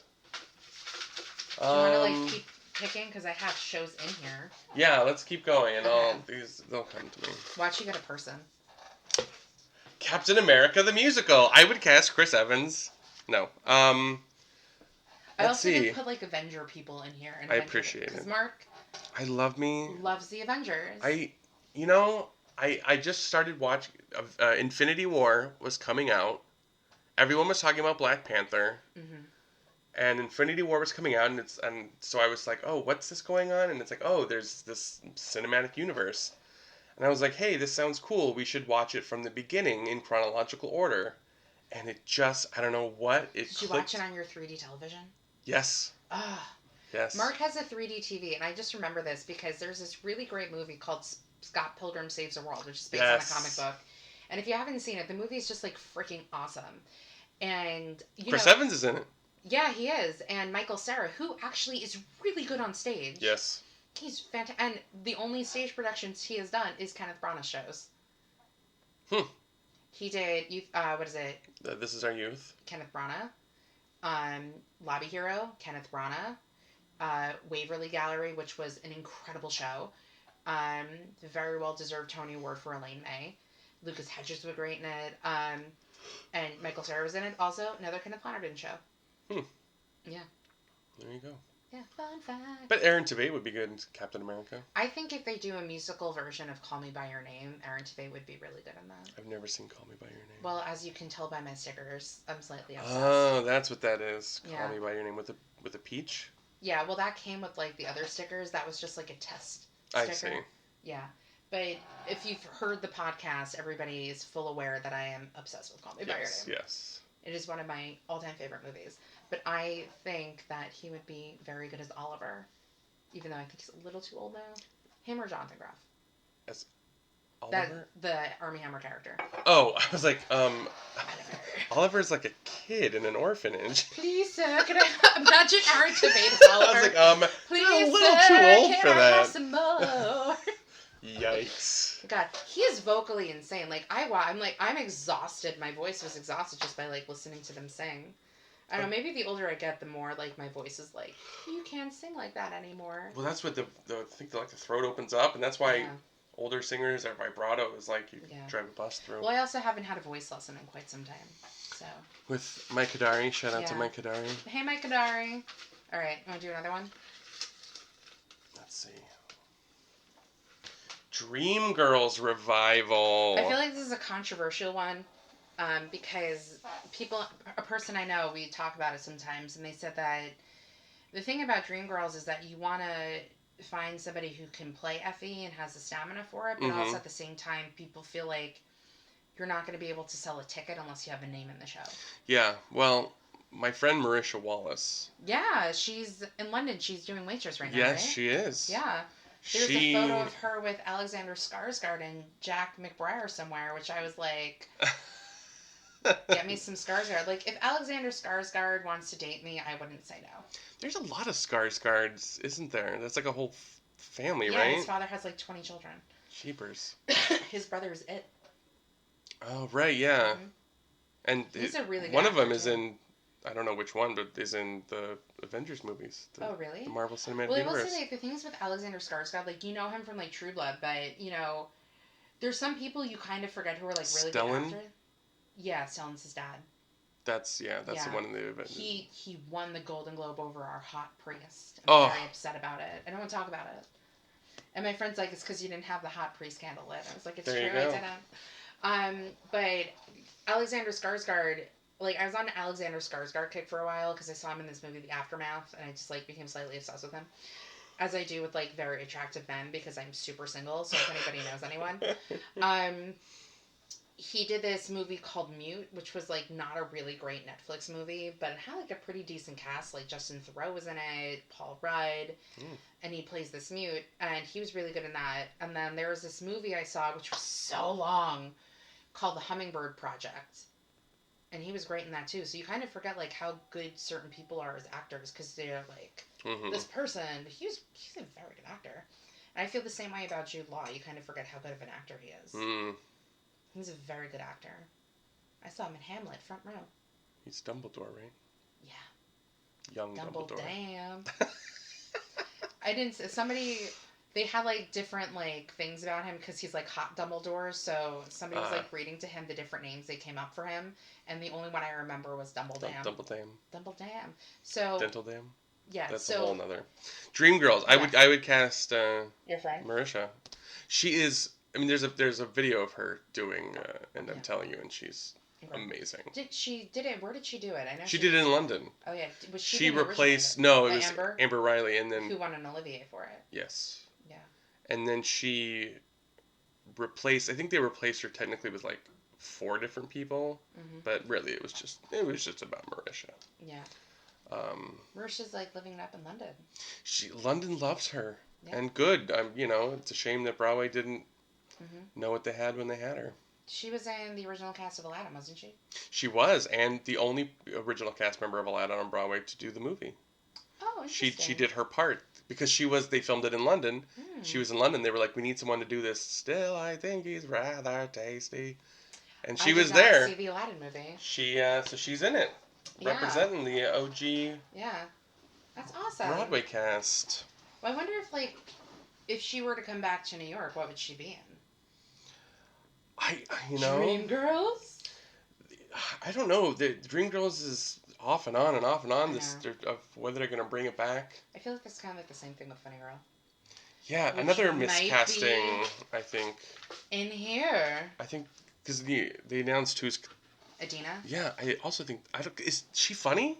Can Adina be funny? Is it official, though, that she's doing it? I mean, that's what they're... I think she's a little too old for it now. I mean, nothing's official. But they just announced that. Well, I mean, I would also cast Shoshana Bean in it. I would switch Sutton and... Maybe. I would, and because I've said this on past podcasts, because I put this in there, I would cast Shoshana Bean as Fanny Bryce, and Benjamin Walker as Nick Arnstein. Ooh. Yeah. I have good casting choices. You do. Thank you. That surprised many people. I think it should have been Jessie Mueller in Music Man instead of Sutton Foster. Yeah, well, she did it in Kennedy Center. Who knows? It absolutely should have been Jessie Mueller. She should also do Funny Girl. She should just do everything. Yeah. She's the best. It would be funny if you picked Funny Girl Revival. Mystic Pizza the Musical. Well, obviously Jenna Maroney should... Why can't I think of who that is? So Jenna Maroney is Jane Krakowski's character from 30 Rock. Who did Mystic Pizza the Musical. You know what's funny? I was watching... Mystic Pizza was always on, and I was like... I've never seen it. I want to turn this into a musical. And I even spoke to my roommate about it. I was like, how do I, because I can't write. I wouldn't even know how to, do that. And she, had a serious conversation with me about it. I'm like, all right, I got to find people. And then, long story short, they're like, Melissa Etheridge is making the Mystic Pizza. Well, you have no idea, so let's pick another one. Yeah. But they have an episode where they do a little bit of Mystic Pizza musical. A Funny Girl revival? What are the odds? I would have liked to have seen the Lauren Ambrose. What happened? They lost her. I think we had the merch for it. Or we did. Yeah. We did. We were going to have the merch for it. I have some of the prototypes somewhere. Yeah. And Bart Sher was going to direct. Yeah. That would have been really good. He should just direct everything. Yeah. He's really good at revivals. I'm all for it. He can be good at revivals, yes. Yeah. When he does a true, revival, not a revisal, even though I'm not a fan of that. A revival that he did. Revival? Yeah. Revisal. Whatever. He did it a little bit with Fiddler, but the whole, bookending with modern day Danny Burstein. I remember people coming out to the merch booth being like, so, what was happening? Yeah. What was the other? That was just his political statement about what was happening in the world. Yeah, well, it confused a whole lot of people. My favorite was when I was working merch, and they'd be like, well, I saw Zira Mastal in the show. And I'd be like, and now you're seeing Danny Burstein. Yeah, really. And I said this on another podcast, my dream is to have somebody who was in Fiddler come onto the podcast and have them drink out of my Fiddler mug. Nice. Because I really loved the artwork that they had with Fiddler, so I bought the mug. It was great. Yeah, it was beautiful. Also, the choreography for that show was stunning. If Moulin Rouge does not win choreography at the Tony Awards, I don't know what's wrong with the Tonys. What other show? 6? Oh yeah, 6. People are obsessed with that. I'm seeing it in March. And when I first found out about the show, I laughed my ass off because I'm a huge fan of the Tudor. I love Tudor history. And I just was like, this is fucking hilarious. But now I'm just like, now I need to see it because apparently it's incredible. It's only 80 minutes. And I'm sitting somewhere in the mezzanine because I'm like, I don't need to go to a fancy. I'm not sure about it. I've heard some of the music. See, what's interesting is how you're saying go into things blindly. I know. I'm that way with listening to cast recordings. So that's why I don't know Hamilton that well. I mean, I know a large majority because it's in the zeitgeist of the world. Yeah. But there's a lot of stuff from Hamilton I still don't know, and it's because Good. I don't like listening to a cast recording because I don't want to go into a show knowing all the music. Absolutely. If I see the show and then I listen to the music after I see it, then that's fine if I see it again. But I don't want to go into a show having listened to the entire cast album. Yeah, when I listened to a bit of it, it was way before it was announced to come. It was just a British show that somebody was like, oh, have you heard this show? And I didn't think it was going to have a life, otherwise I wouldn't have listened to it. Well, I'm curious to think because Be More Chill had a huge following as well. Yeah, they had And it came to Broadway, and then it kind of teetered off. Yeah, well, I mean, because 14-year-olds can't buy $100 ticket prices. I wonder if that's going to be the same thing with 6. I don't know. I mean, it's already doing very well, but we'll see. Do you think it's in the right theater? I don't know. I don't know the show that well. It seems like a small show. Maybe it would be better the Lyceum. Yeah. But I don't know. That's where Sing Street is going. Well. Do you think the Princess Diana musical is going to last? I hate to speculate on that, but no. I don't know. I don't know. It has a pretty decent cast. I just don't know if the audience is going to go for it. Yeah, I don't know. But the Royals are a hot subject right now, so... Yeah. I don't know. I've never understood the Royals. the thing.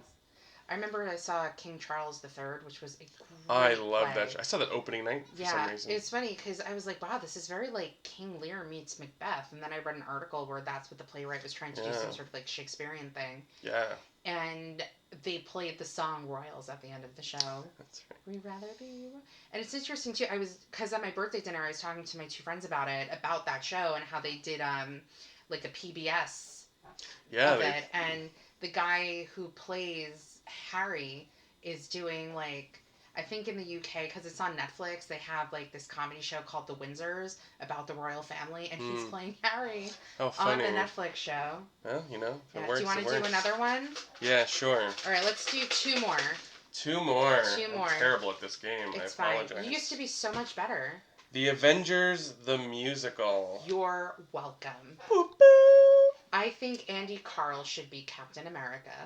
I literally just thought of that. He could be. I don't know. Or he could be like Tony Stark. Yeah. I love Andy Karl. He's so much. Awesome. You know, Playbill put something about like That Thing You Do, the musical up. And I very much did not agree with like most of its casting. But they did have Andy Karl as a Tom Hanks character. Yeah. I still don't know if I agree with that. They had John Gallagher as Guy. But I still don't know if I agree with that. No. What's he up to, John Gallagher Jr.? They're doing... Because I love John Gallagher Jr. That's why Marc is asking me. I remember I came into the merch office once at Mamma Mia, and Marc is like, guess what? I'm like, what? He's like, guess where your merch? And I'm like, American Idiot? And he goes, yep. And I was like, thank you. And of course, like, the first night I, like, merched American Idiot, he wasn't even in the show. Of course. It's okay. It's fine. Anyway, they're doing an Avid Brothers or some like this band he really likes, Avid Brothers or something. It's like this folky rock band, and he's doing a musical of it with Stark Sands in California. Oh, all right directed by Michael Mayer. Hey, and he just had a movie come out with like Kristen Stewart. I love Stark Sands. Yeah, he's great. Yeah. Super nice guy too. He's the only person I've cried at the stage door meeting. You what at the stage door? Cried. Oh. Sobbed like a little bitch. Oh, this was Journey's End. Yeah, where he died. He died, and I was sitting front row, and this man died right in front of me, like with his eyes open, staring into my soul. Didn't he get a Tony nomination for that? I don't know. I think he did. That show wrecked me as I've never been wrecked before. I'm trying to think if I had a show experience like that. I can't remember. I probably have. It's this whole, I don't know, things, World War I, like, I can't see 1917. World War I, like, I don't really believe in, like, reincarnation, but if that's true, I feel like I had a horrible experience in World War I because, I don't know, World War I just gets me in my soul. So you probably shouldn't watch the second season of Downton Abbey. I probably won't watch anything, dude. It's fine, it's not your thing. No appeal. I fucking love Downton Abbey. If there's a supercut of like all the Maggie Smith stuff, I'll watch that. You know what? There probably is on YouTube. That everything's on YouTube. Rent revival. I vote to shut down the Rent revival. Do you just hate Rent? I don't hate Rent. I think it was a product of its time. Mm-hmm. I think it was unfinished. I think. Did you do merch or was that before your time? No, I closed Rent. I have a scarf in my closet from Rent that says 525,600. Nice. Yeah, I was there for the last month or so of the show. I was there periodically, but I managed the last month or so while the manager, Tony, her sister was in the Olympics, so she was gone at the time. Oh, wow. Yeah. And I remember for the filming of the final performance, they filmed me for like 40 minutes selling. Not a single shred of tape of me. Did they actually film the actual final performance, or did they do like other? They actually filmed. I think they maybe did like they other filmed performances it. And I think maybe they filmed the one before. They did a one without the audience, but they definitely filmed the final. Because I stood right behind the camera, so I could see in the monitor what they were filming. It was fascinating to watch. Yeah. And I remember after the show, like, we were cleaning up, and Daphne Rubin Vega pops into the merch office, which is way out of the way. And she's like, I need a playbill with, they had like, playbills had like special stickers on it. So I remember she pops in, she's like, I need help finding a playbill with a sticker. So like me and Daffy were in Vegas scouring the seats for a playbill. It was... Did you find one? Wild. I think we did. I think we had extras in the office. I'm actually excited about her in the Heights movie. Yeah, I'm excited about the In the Heights movie. I was not feeling it when I saw the poster. I didn't like the color scheme. Just not an In the Heights fan, but I feel like. But I thought the trailer was. Yeah. I think the updates. You know that he stunning. ends up in Puerto Rico because he has like a goatee and he's on a beach in the beginning of the trailer. Yeah, but it's nice that him telling the story to the kids. I'm all for it. But does Vanessa move down with him to Puerto Rico? Is he telling his kids the story? I don't know. We'll have to find out. Well, it's definitely updated too because they're doing the protests about the Dreamers. Yeah, which I think is amazing. Yeah. I think his dad is also a big part of that, isn't he? The Noel's dad? Yeah. And he's only 40, which makes me feel very... And he just turned 40. Yeah, and you know who's my age? Cynthia Erivo. So if I want to feel super unaccomplished... There's so many people. ScarJo is my age. Yeah, she has her first Oscar nomination. She has 2 of them. She's not going to win, but... Hey, 2 nominations, though. Yeah, and she's getting married to Colin Jost. Do you want to do another one, or do you want to move on? Up to you. No, it's up to you. Yeah, sure. Give me one more. All right. I've been so terrible at this. Now let's actually concentrate on this because we've been getting off topic with every single one. A Mamma Mia revival. Oh my god, that's such a perfect way to end this game. Oh my god. I personally think in 10 years from now, I could play Rosie in Mamma Mia. Sure, absolutely. But if it was coming out now... If it was coming out now, who would I subject to the horror of a Mamma Mia revival? Stephanie J. Block is Tanya. I literally just thought of that. She should... Yes. No, not Tanya. Donna? She's going to be in the Bedwetter. I love Stephanie J. Block. I fucking love Stephanie J. Block. And she just seems like... It's like such an awesome person. Yeah, and her husband, too. Yeah. Sweetest people. Was, I think it was like last year, I was like walking back to my apartment for lunch... And, like, their daughter, who's absolutely adorable, because she always posts photos of her. She gave birth, like, right around the time that my wife gave birth. And I was like, please let us have play dates. It didn't happen. Well, maybe, like, Lacey will work on one of her shows. I don't know. She worked across from Cher show, but it didn't happen. She did a great Cher impression. Who? She worked her ass off. Oh, yeah. But that show was not my favorite. But, like... You know when, like, kids, like, are and you almost bump into them? Uh-huh. So that's kind of what happened, and Sebastian was like, sorry, I'm like, that's fine, and I just, like, kept walking. I'm like, I know who you guys are. It's so funny, she won the Tony for Cher, because the first show I saw her in, I think maybe the first show she had a role in was The Boy from Oz with Hugh Jackman. Liza. She did a great Liza. I actually... the hotel I used to work at was in Times Square, and it doesn't exist anymore. It was next to the Palace. It was a DoubleTree. And the year she was nominated for Falsettos, she was actually staying at the hotel to get ready because somebody came up and was like, I'm going to this room, blah, blah, blah, because it was the day of the Tonys. And I actually got to call up to the room to say, this person is here, shall I send them up? And she was the one who picked up the phone. Oh, boy. And I was like, oh, my God. And then they were, like, getting ready to leave, and she's, like, standing across the lobby from me. I'm like, I really want to say good luck, but I didn't say anything. I love her so much. She's one of my absolute favorite performers. And, like, even though I love her and she's going to win the Tony, but, you know, she was great. She was great. I just thought that Beth Level was... Maybe had more deserving. Yeah. But who else do you think would be a Mamma Mia? Oh, God. You could bring back Christy Altomare to do... She was a really great Sophie. Mm-hmm. I had to say, like... And I remember, like, at a Mamma Mia party, like, I think she was a little drunk, but, because she didn't, like, remember me the next time she saw me. It just, like, super sweet my her, too. And I said to her, I'm like, honestly, like, you're a really good Sophie, because you know I've seen my share of Sophies. Mm-hmm. She was a great Sophie. Great.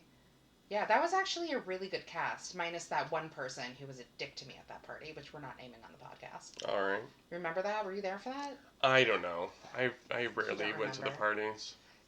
I'm sure you heard the story how I said to them like, "Oh, this show that you were in means a lot to me," and he was asshole to me. Yeah, that's ringing bells. And I was very excited about this person going into the show. Yeah. Yeah. I don't want to name the name on the podcast, but I just mouthed the name to Marc, so he knows what I'm talking about. Yeah. I forgot that person did the show. I'm sure they want to forget it too. Yeah. But isn't it rumors that it's been rumored that it's coming back for years now? Yeah, well, they had this like not interactive. Yeah. No, it's like a event. Like what's the word? Not interactive. Is that it? Yeah. Kind of like a Great Comet type of situation. Yeah. Off Broadway. Yeah, but it's not interactive. Immersive. Thank you. Immersive theater experience. Immersive. Yeah, which sounds a lot more fun than... I don't know if it's Mamma Mia or if it's just the music of ABBA. No, it's Mamma Mia. Oh, really? Yeah. Yeah, I'm pretty sure. Mm. So, I mean, that might be fun. Any reason why it moved to a smaller theater? Do you remember? I think it just wasn't doing that well, and they knew that they could save some money. I think they made Judy Kramer, the producer, an offer because they wanted that theater for Rocky. For Rocky. Did you see Rocky? Yes, I did. I really liked it. I really liked the last 15 minutes. I actually thought it would have made a really great play with music.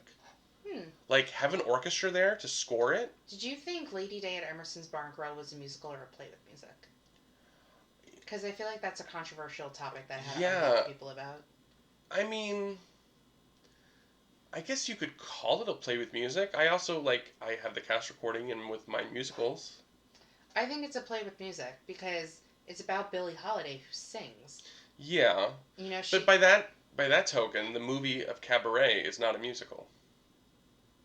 Because there's nothing in the movie that they sing that's not on a stage. Interesting. I don't know. I thought it was a play with music. I mean, it's an app. There's been lots of, Audra McDonald would have won the Tony regardless. Yeah. That was like a masterclass with acting. Ooh, I wanted to ask, what are your best theater going experiences? Oh man, well, we talked a little bit about Journey's End. That was one of the best. When Stark Sands died and looked into your soul. Oh, that whole production, I just was devastated. The bombing at the end, They all died, right? They all died. And then, let's see if I can talk about this without getting choked up, which I've yet to do. Somewhere. So, at the end, the first act, I remember there was a lot of people were leaving. They talked about a lot of people leaving after Act 1 because it was so boring.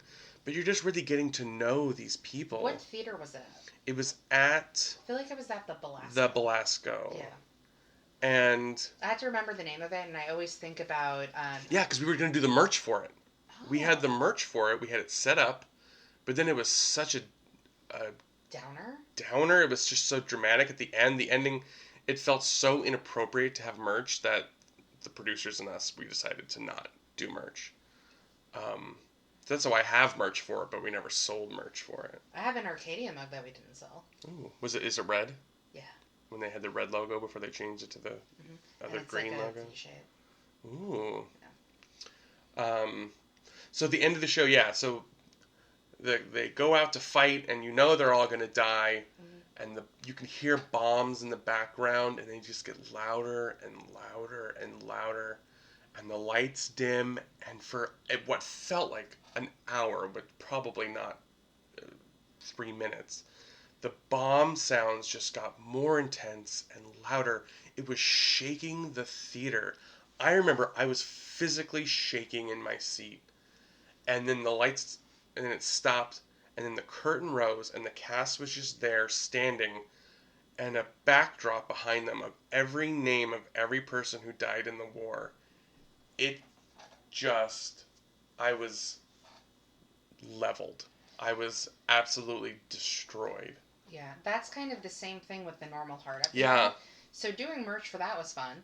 Yeah, that's another one where we're considering not doing merch. I had to do merch. I had to stand outside and hawk merch. Yeah, so I remember. Before the door opens, we were going, get merch, t-shirts, whatever, and then 2 seconds later, get your merch, and it's literally the same people standing online. Yeah. But it was really hard at the end of the show when people would just come out not talking, and like crying. And I remember this girl bought a Raglan tee, and she wanted to change sizes, and she looks at me with like tears in her eyes, like, "Can I change the size?"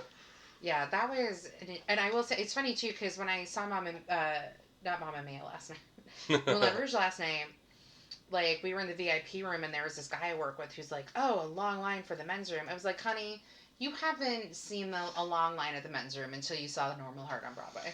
Yeah. That men's room line was longer than the ladies' room line. Yeah. Yeah. But isn't that what's so great about theater too? Is that like you can have such like a visceral reaction to it. Well, it's such a visceral art form. Yeah. I think we as humans, I think storytelling is the way we live outside of, the mundane. I feel like everything, movie, film, it all stems from storytelling. And I think theater is the original. It's the way, it's all the other art forms coming together to tell a story. Visual. You got the lights, you got the music, you've got the performing. It all comes together with people sitting in a room hearing a story in a way that no other art form does.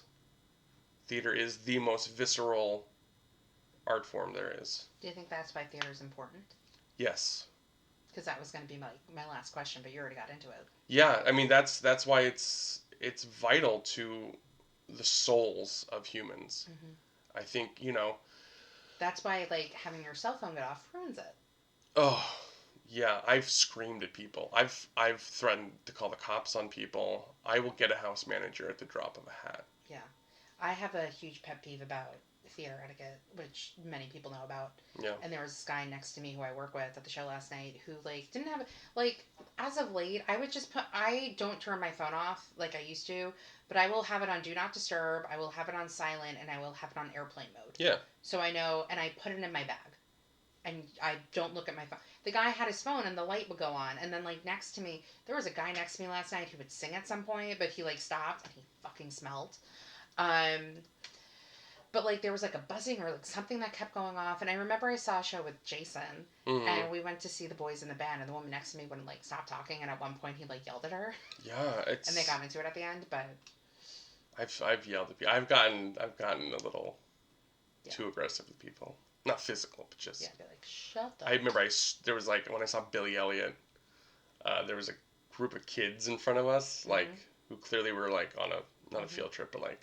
Yeah. There was the group of boys who clearly didn't want to be there, and they were just there because they had to be, and I screamed at these kids. During the show? Or No, like, as soon as the intermission happened, I was like, "Gentlemen, I am sorry you are having a bad time, but some of us are..." The entire mez turned around and looked at me. And they were quiet the rest of the show? Yeah. That just, like, brought... I saw, what was that show? Kiss Me Kate. And I was there on a Wednesday matinee, a school trip, and I literally... The 2001 or the recent one? The recent one.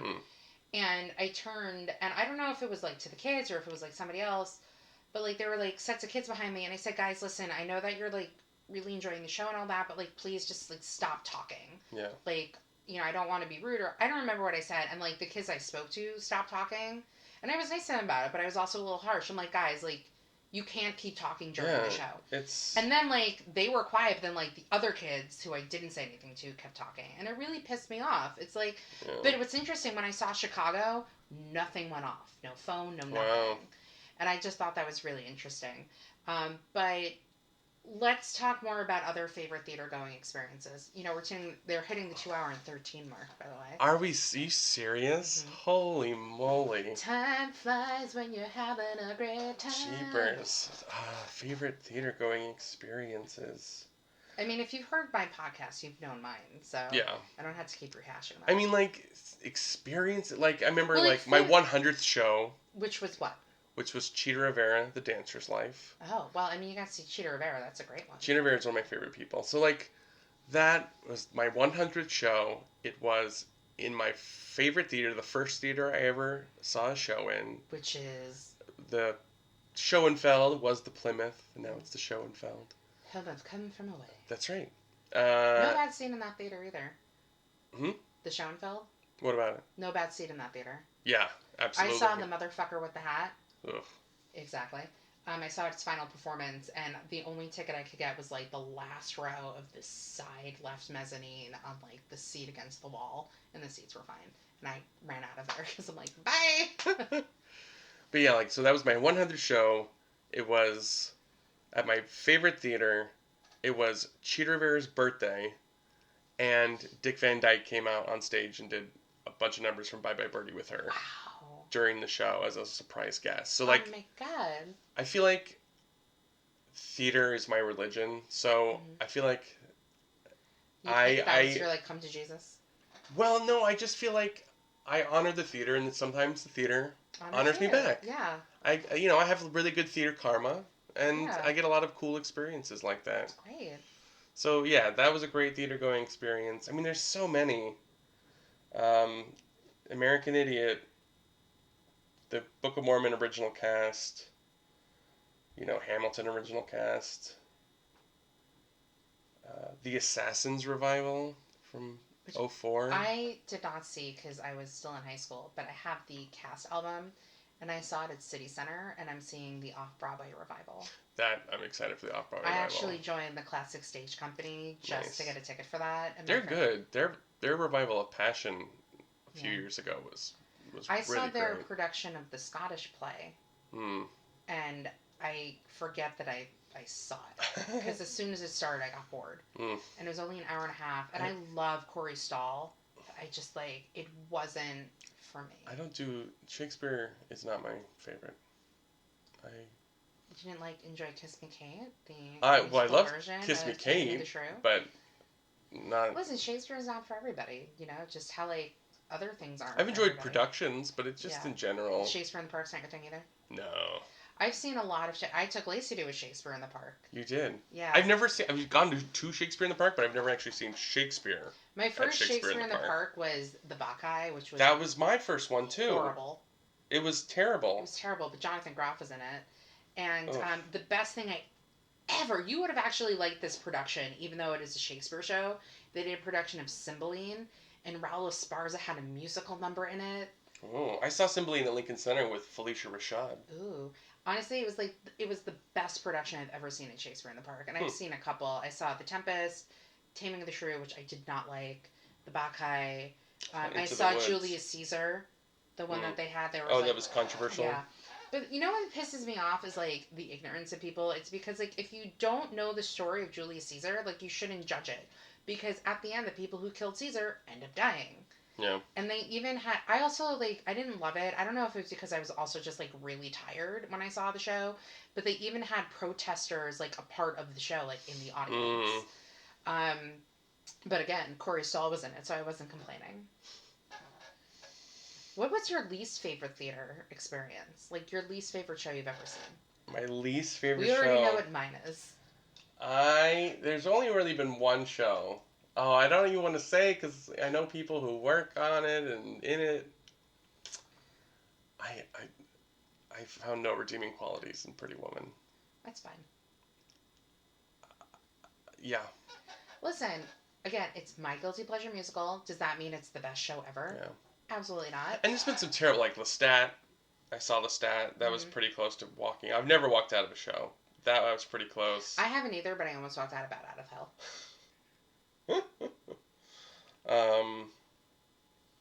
I saw I call it the Unholy Trilogy in the early 2000s it was Dracula the musical, Lestat, and Dance of the Vampires. I saw all three.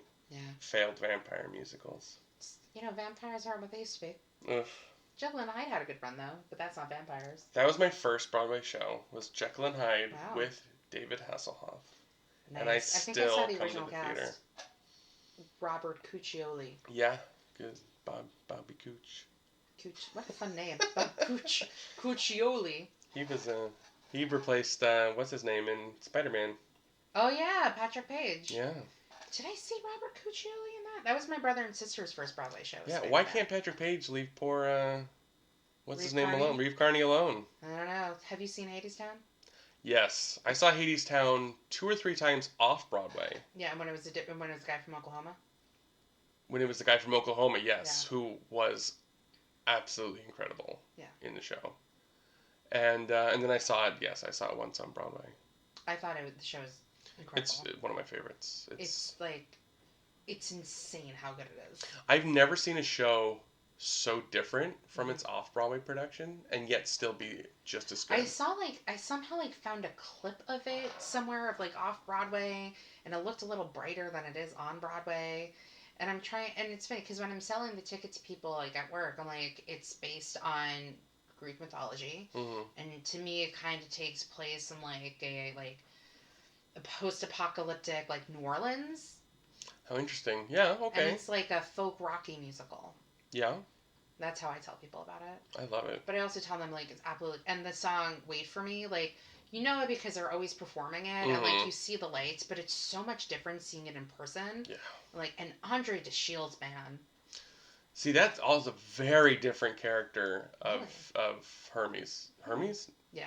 Then, did it off Broadway. Was it Andre DeShields? No, it was first it was the guy Chris Sullivan. Oh, interesting. Yeah. He was in Lombardi on Broadway, and he actually had a book that we would sell of all of his photos. Yep. He was super. That cast was really nice. Yeah. The Lombardi cast. Yeah, super nice. And I just remember Judith coming out, and I closed my merch booth, and she had bags, and she wanted to buy merch. I'm like, oh, I couldn't open up the booth. She was like, oh no, it's fine. Oh, Lombardi, that show was a pain to work. Yeah, because it was a satellite show, as we all know what a satellite show is now. But it did so much business that it was I worked it many times, and then the Green Bay Packers won. Yeah, and we had the Super Bowl trophy there. Oh yeah, I did a photo shoot with Lacey. That's on my. I'll have to find them and show them to you. But there's a photo shoot of me and Lacey in Super Bowl gear with the trophy behind the glass. It's so funny. Me being I could care less about sports. Yeah. It's just, It was a really good play, too. It was a very good play. And they tried to do, a repeat of a play called The Bronx Bombers or something. Yeah, they did, and then they did Magic Bird. Yeah, that didn't last either. Yeah. Lombardi was really great. Yeah. I think that was Judith Light's first Tony nomination. I don't know if that's true. And then she won for The Assembled Parties. I think she won first for Other Desert Cities. Talking about, being front row... So they did Other Desert Cities at the Booth Theater, and I had row B, but I didn't know that was front row, and there was an ottoman on the stage. So at the opening of the first act, Judith Light is just sleeping on this ottoman right in front of my face. I'm like, oh hey. I have some of the pages from. Oh yeah, I remember. In my collection. Yeah, and it's all the same. Yeah. Yeah, Tom Sadowski was great. I would love to do a Neil LaBute show with Tom Sadowski. He's wonderful. You and LaBute. I know he's very controversial. I wonder, why he's not artist in residence anymore. There's, nothing... What happened there? Nobody knows. We were going to do Fat Pig. We were going to do, with, what's his name? The comedian. Dane Cook. Yeah. Apparently, Amanda Seyfried was going to be in it, I think. I don't remember. What else? What else? What? Other things you want to talk about? Oh, Light in the Piazza. Oh my god, I love it. I saw that original cast. I did not get to see the original cast, but I did, as you know, which I still need your audio bootleg of, the 10th anniversary concert. Yeah, that was great. I love going to the anniversary concerts. I went to that, Millie, I went to Assassins. Let's just talk about the Light in the Piazza reunion concert, because I have nobody else to talk to about it, because you were there and nobody else I know was. Do you remember, she didn't get a standing ovation after Light in the Piazza, but, people lost their shit for, 2 minutes. Yeah. A solid, and Matthew Morrison was crying. The whole night was... magical. Yeah. And I just remember, the entire row I was in was crying the second act, and then I was walking home after, and I overheard a guy on the phone say, yeah, I went to this, 10th anniversary thing for this musical... Because, I have, a subscription, and everybody around me was crying. Yeah. It's just a special show. I still cry every time. When the day comes, if and when I get married, I want to walk down the aisle to, the instrumental Light in the Piazza. Because I found a woman who plays it on the cello on YouTube, and I'm like, this is what I'm walking down the aisle to. Yeah. I'm interested to the LA production right now. No? Nope. No. I'm not here for it. Why? Absolutely not. No, because it looks horrible, and no. I haven't seen anything from it. I've seen photos, and I refuse, and no, and no, no. You can't touch it. Like, I'm sorry. Like, Duff I understand. Cameron? No. Well, Soleil something. What's her name? Soleil. She did Soleil like, Moonfry? Yes. No, she played Penny in Almost Famous when they did it in California. She was Evita at City Center. Oh, yeah, I know who you're talking about. Yeah, so she did it. She's supposed to be very good. Oh, she apparently is supposed to, and she's so pretty. Kills me a little bit inside. But she also did like Hollywood Bowl, West Side Story with Jeremy Jordan. And super talented. And she did the last production of it because like in Chicago, I think they last did it. But no, you can't touch it. I'm sorry. I'm just like, you can't do it. I just feel like, honestly, because it's my favorite musical and it's so precious to me, and I think a lot of people, that if you don't do it correctly, it's just not going to be good. It's sacred. And I think that I don't, just having seen the costumes and like what the set looks like, to me, it's just is not good. And it's probably a wonderful production, and I'm being an asshole, but... Probably. I don't know.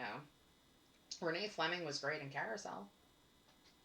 Yeah, Carousel. I don't know about that show. I know, it's very controversial, but I saw that show with a friend of mine who this summer I will know for 12 years.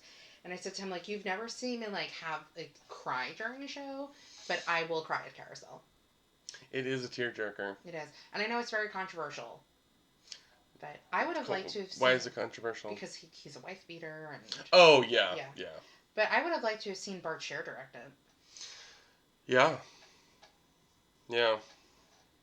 I have one of the stars. Of course you do.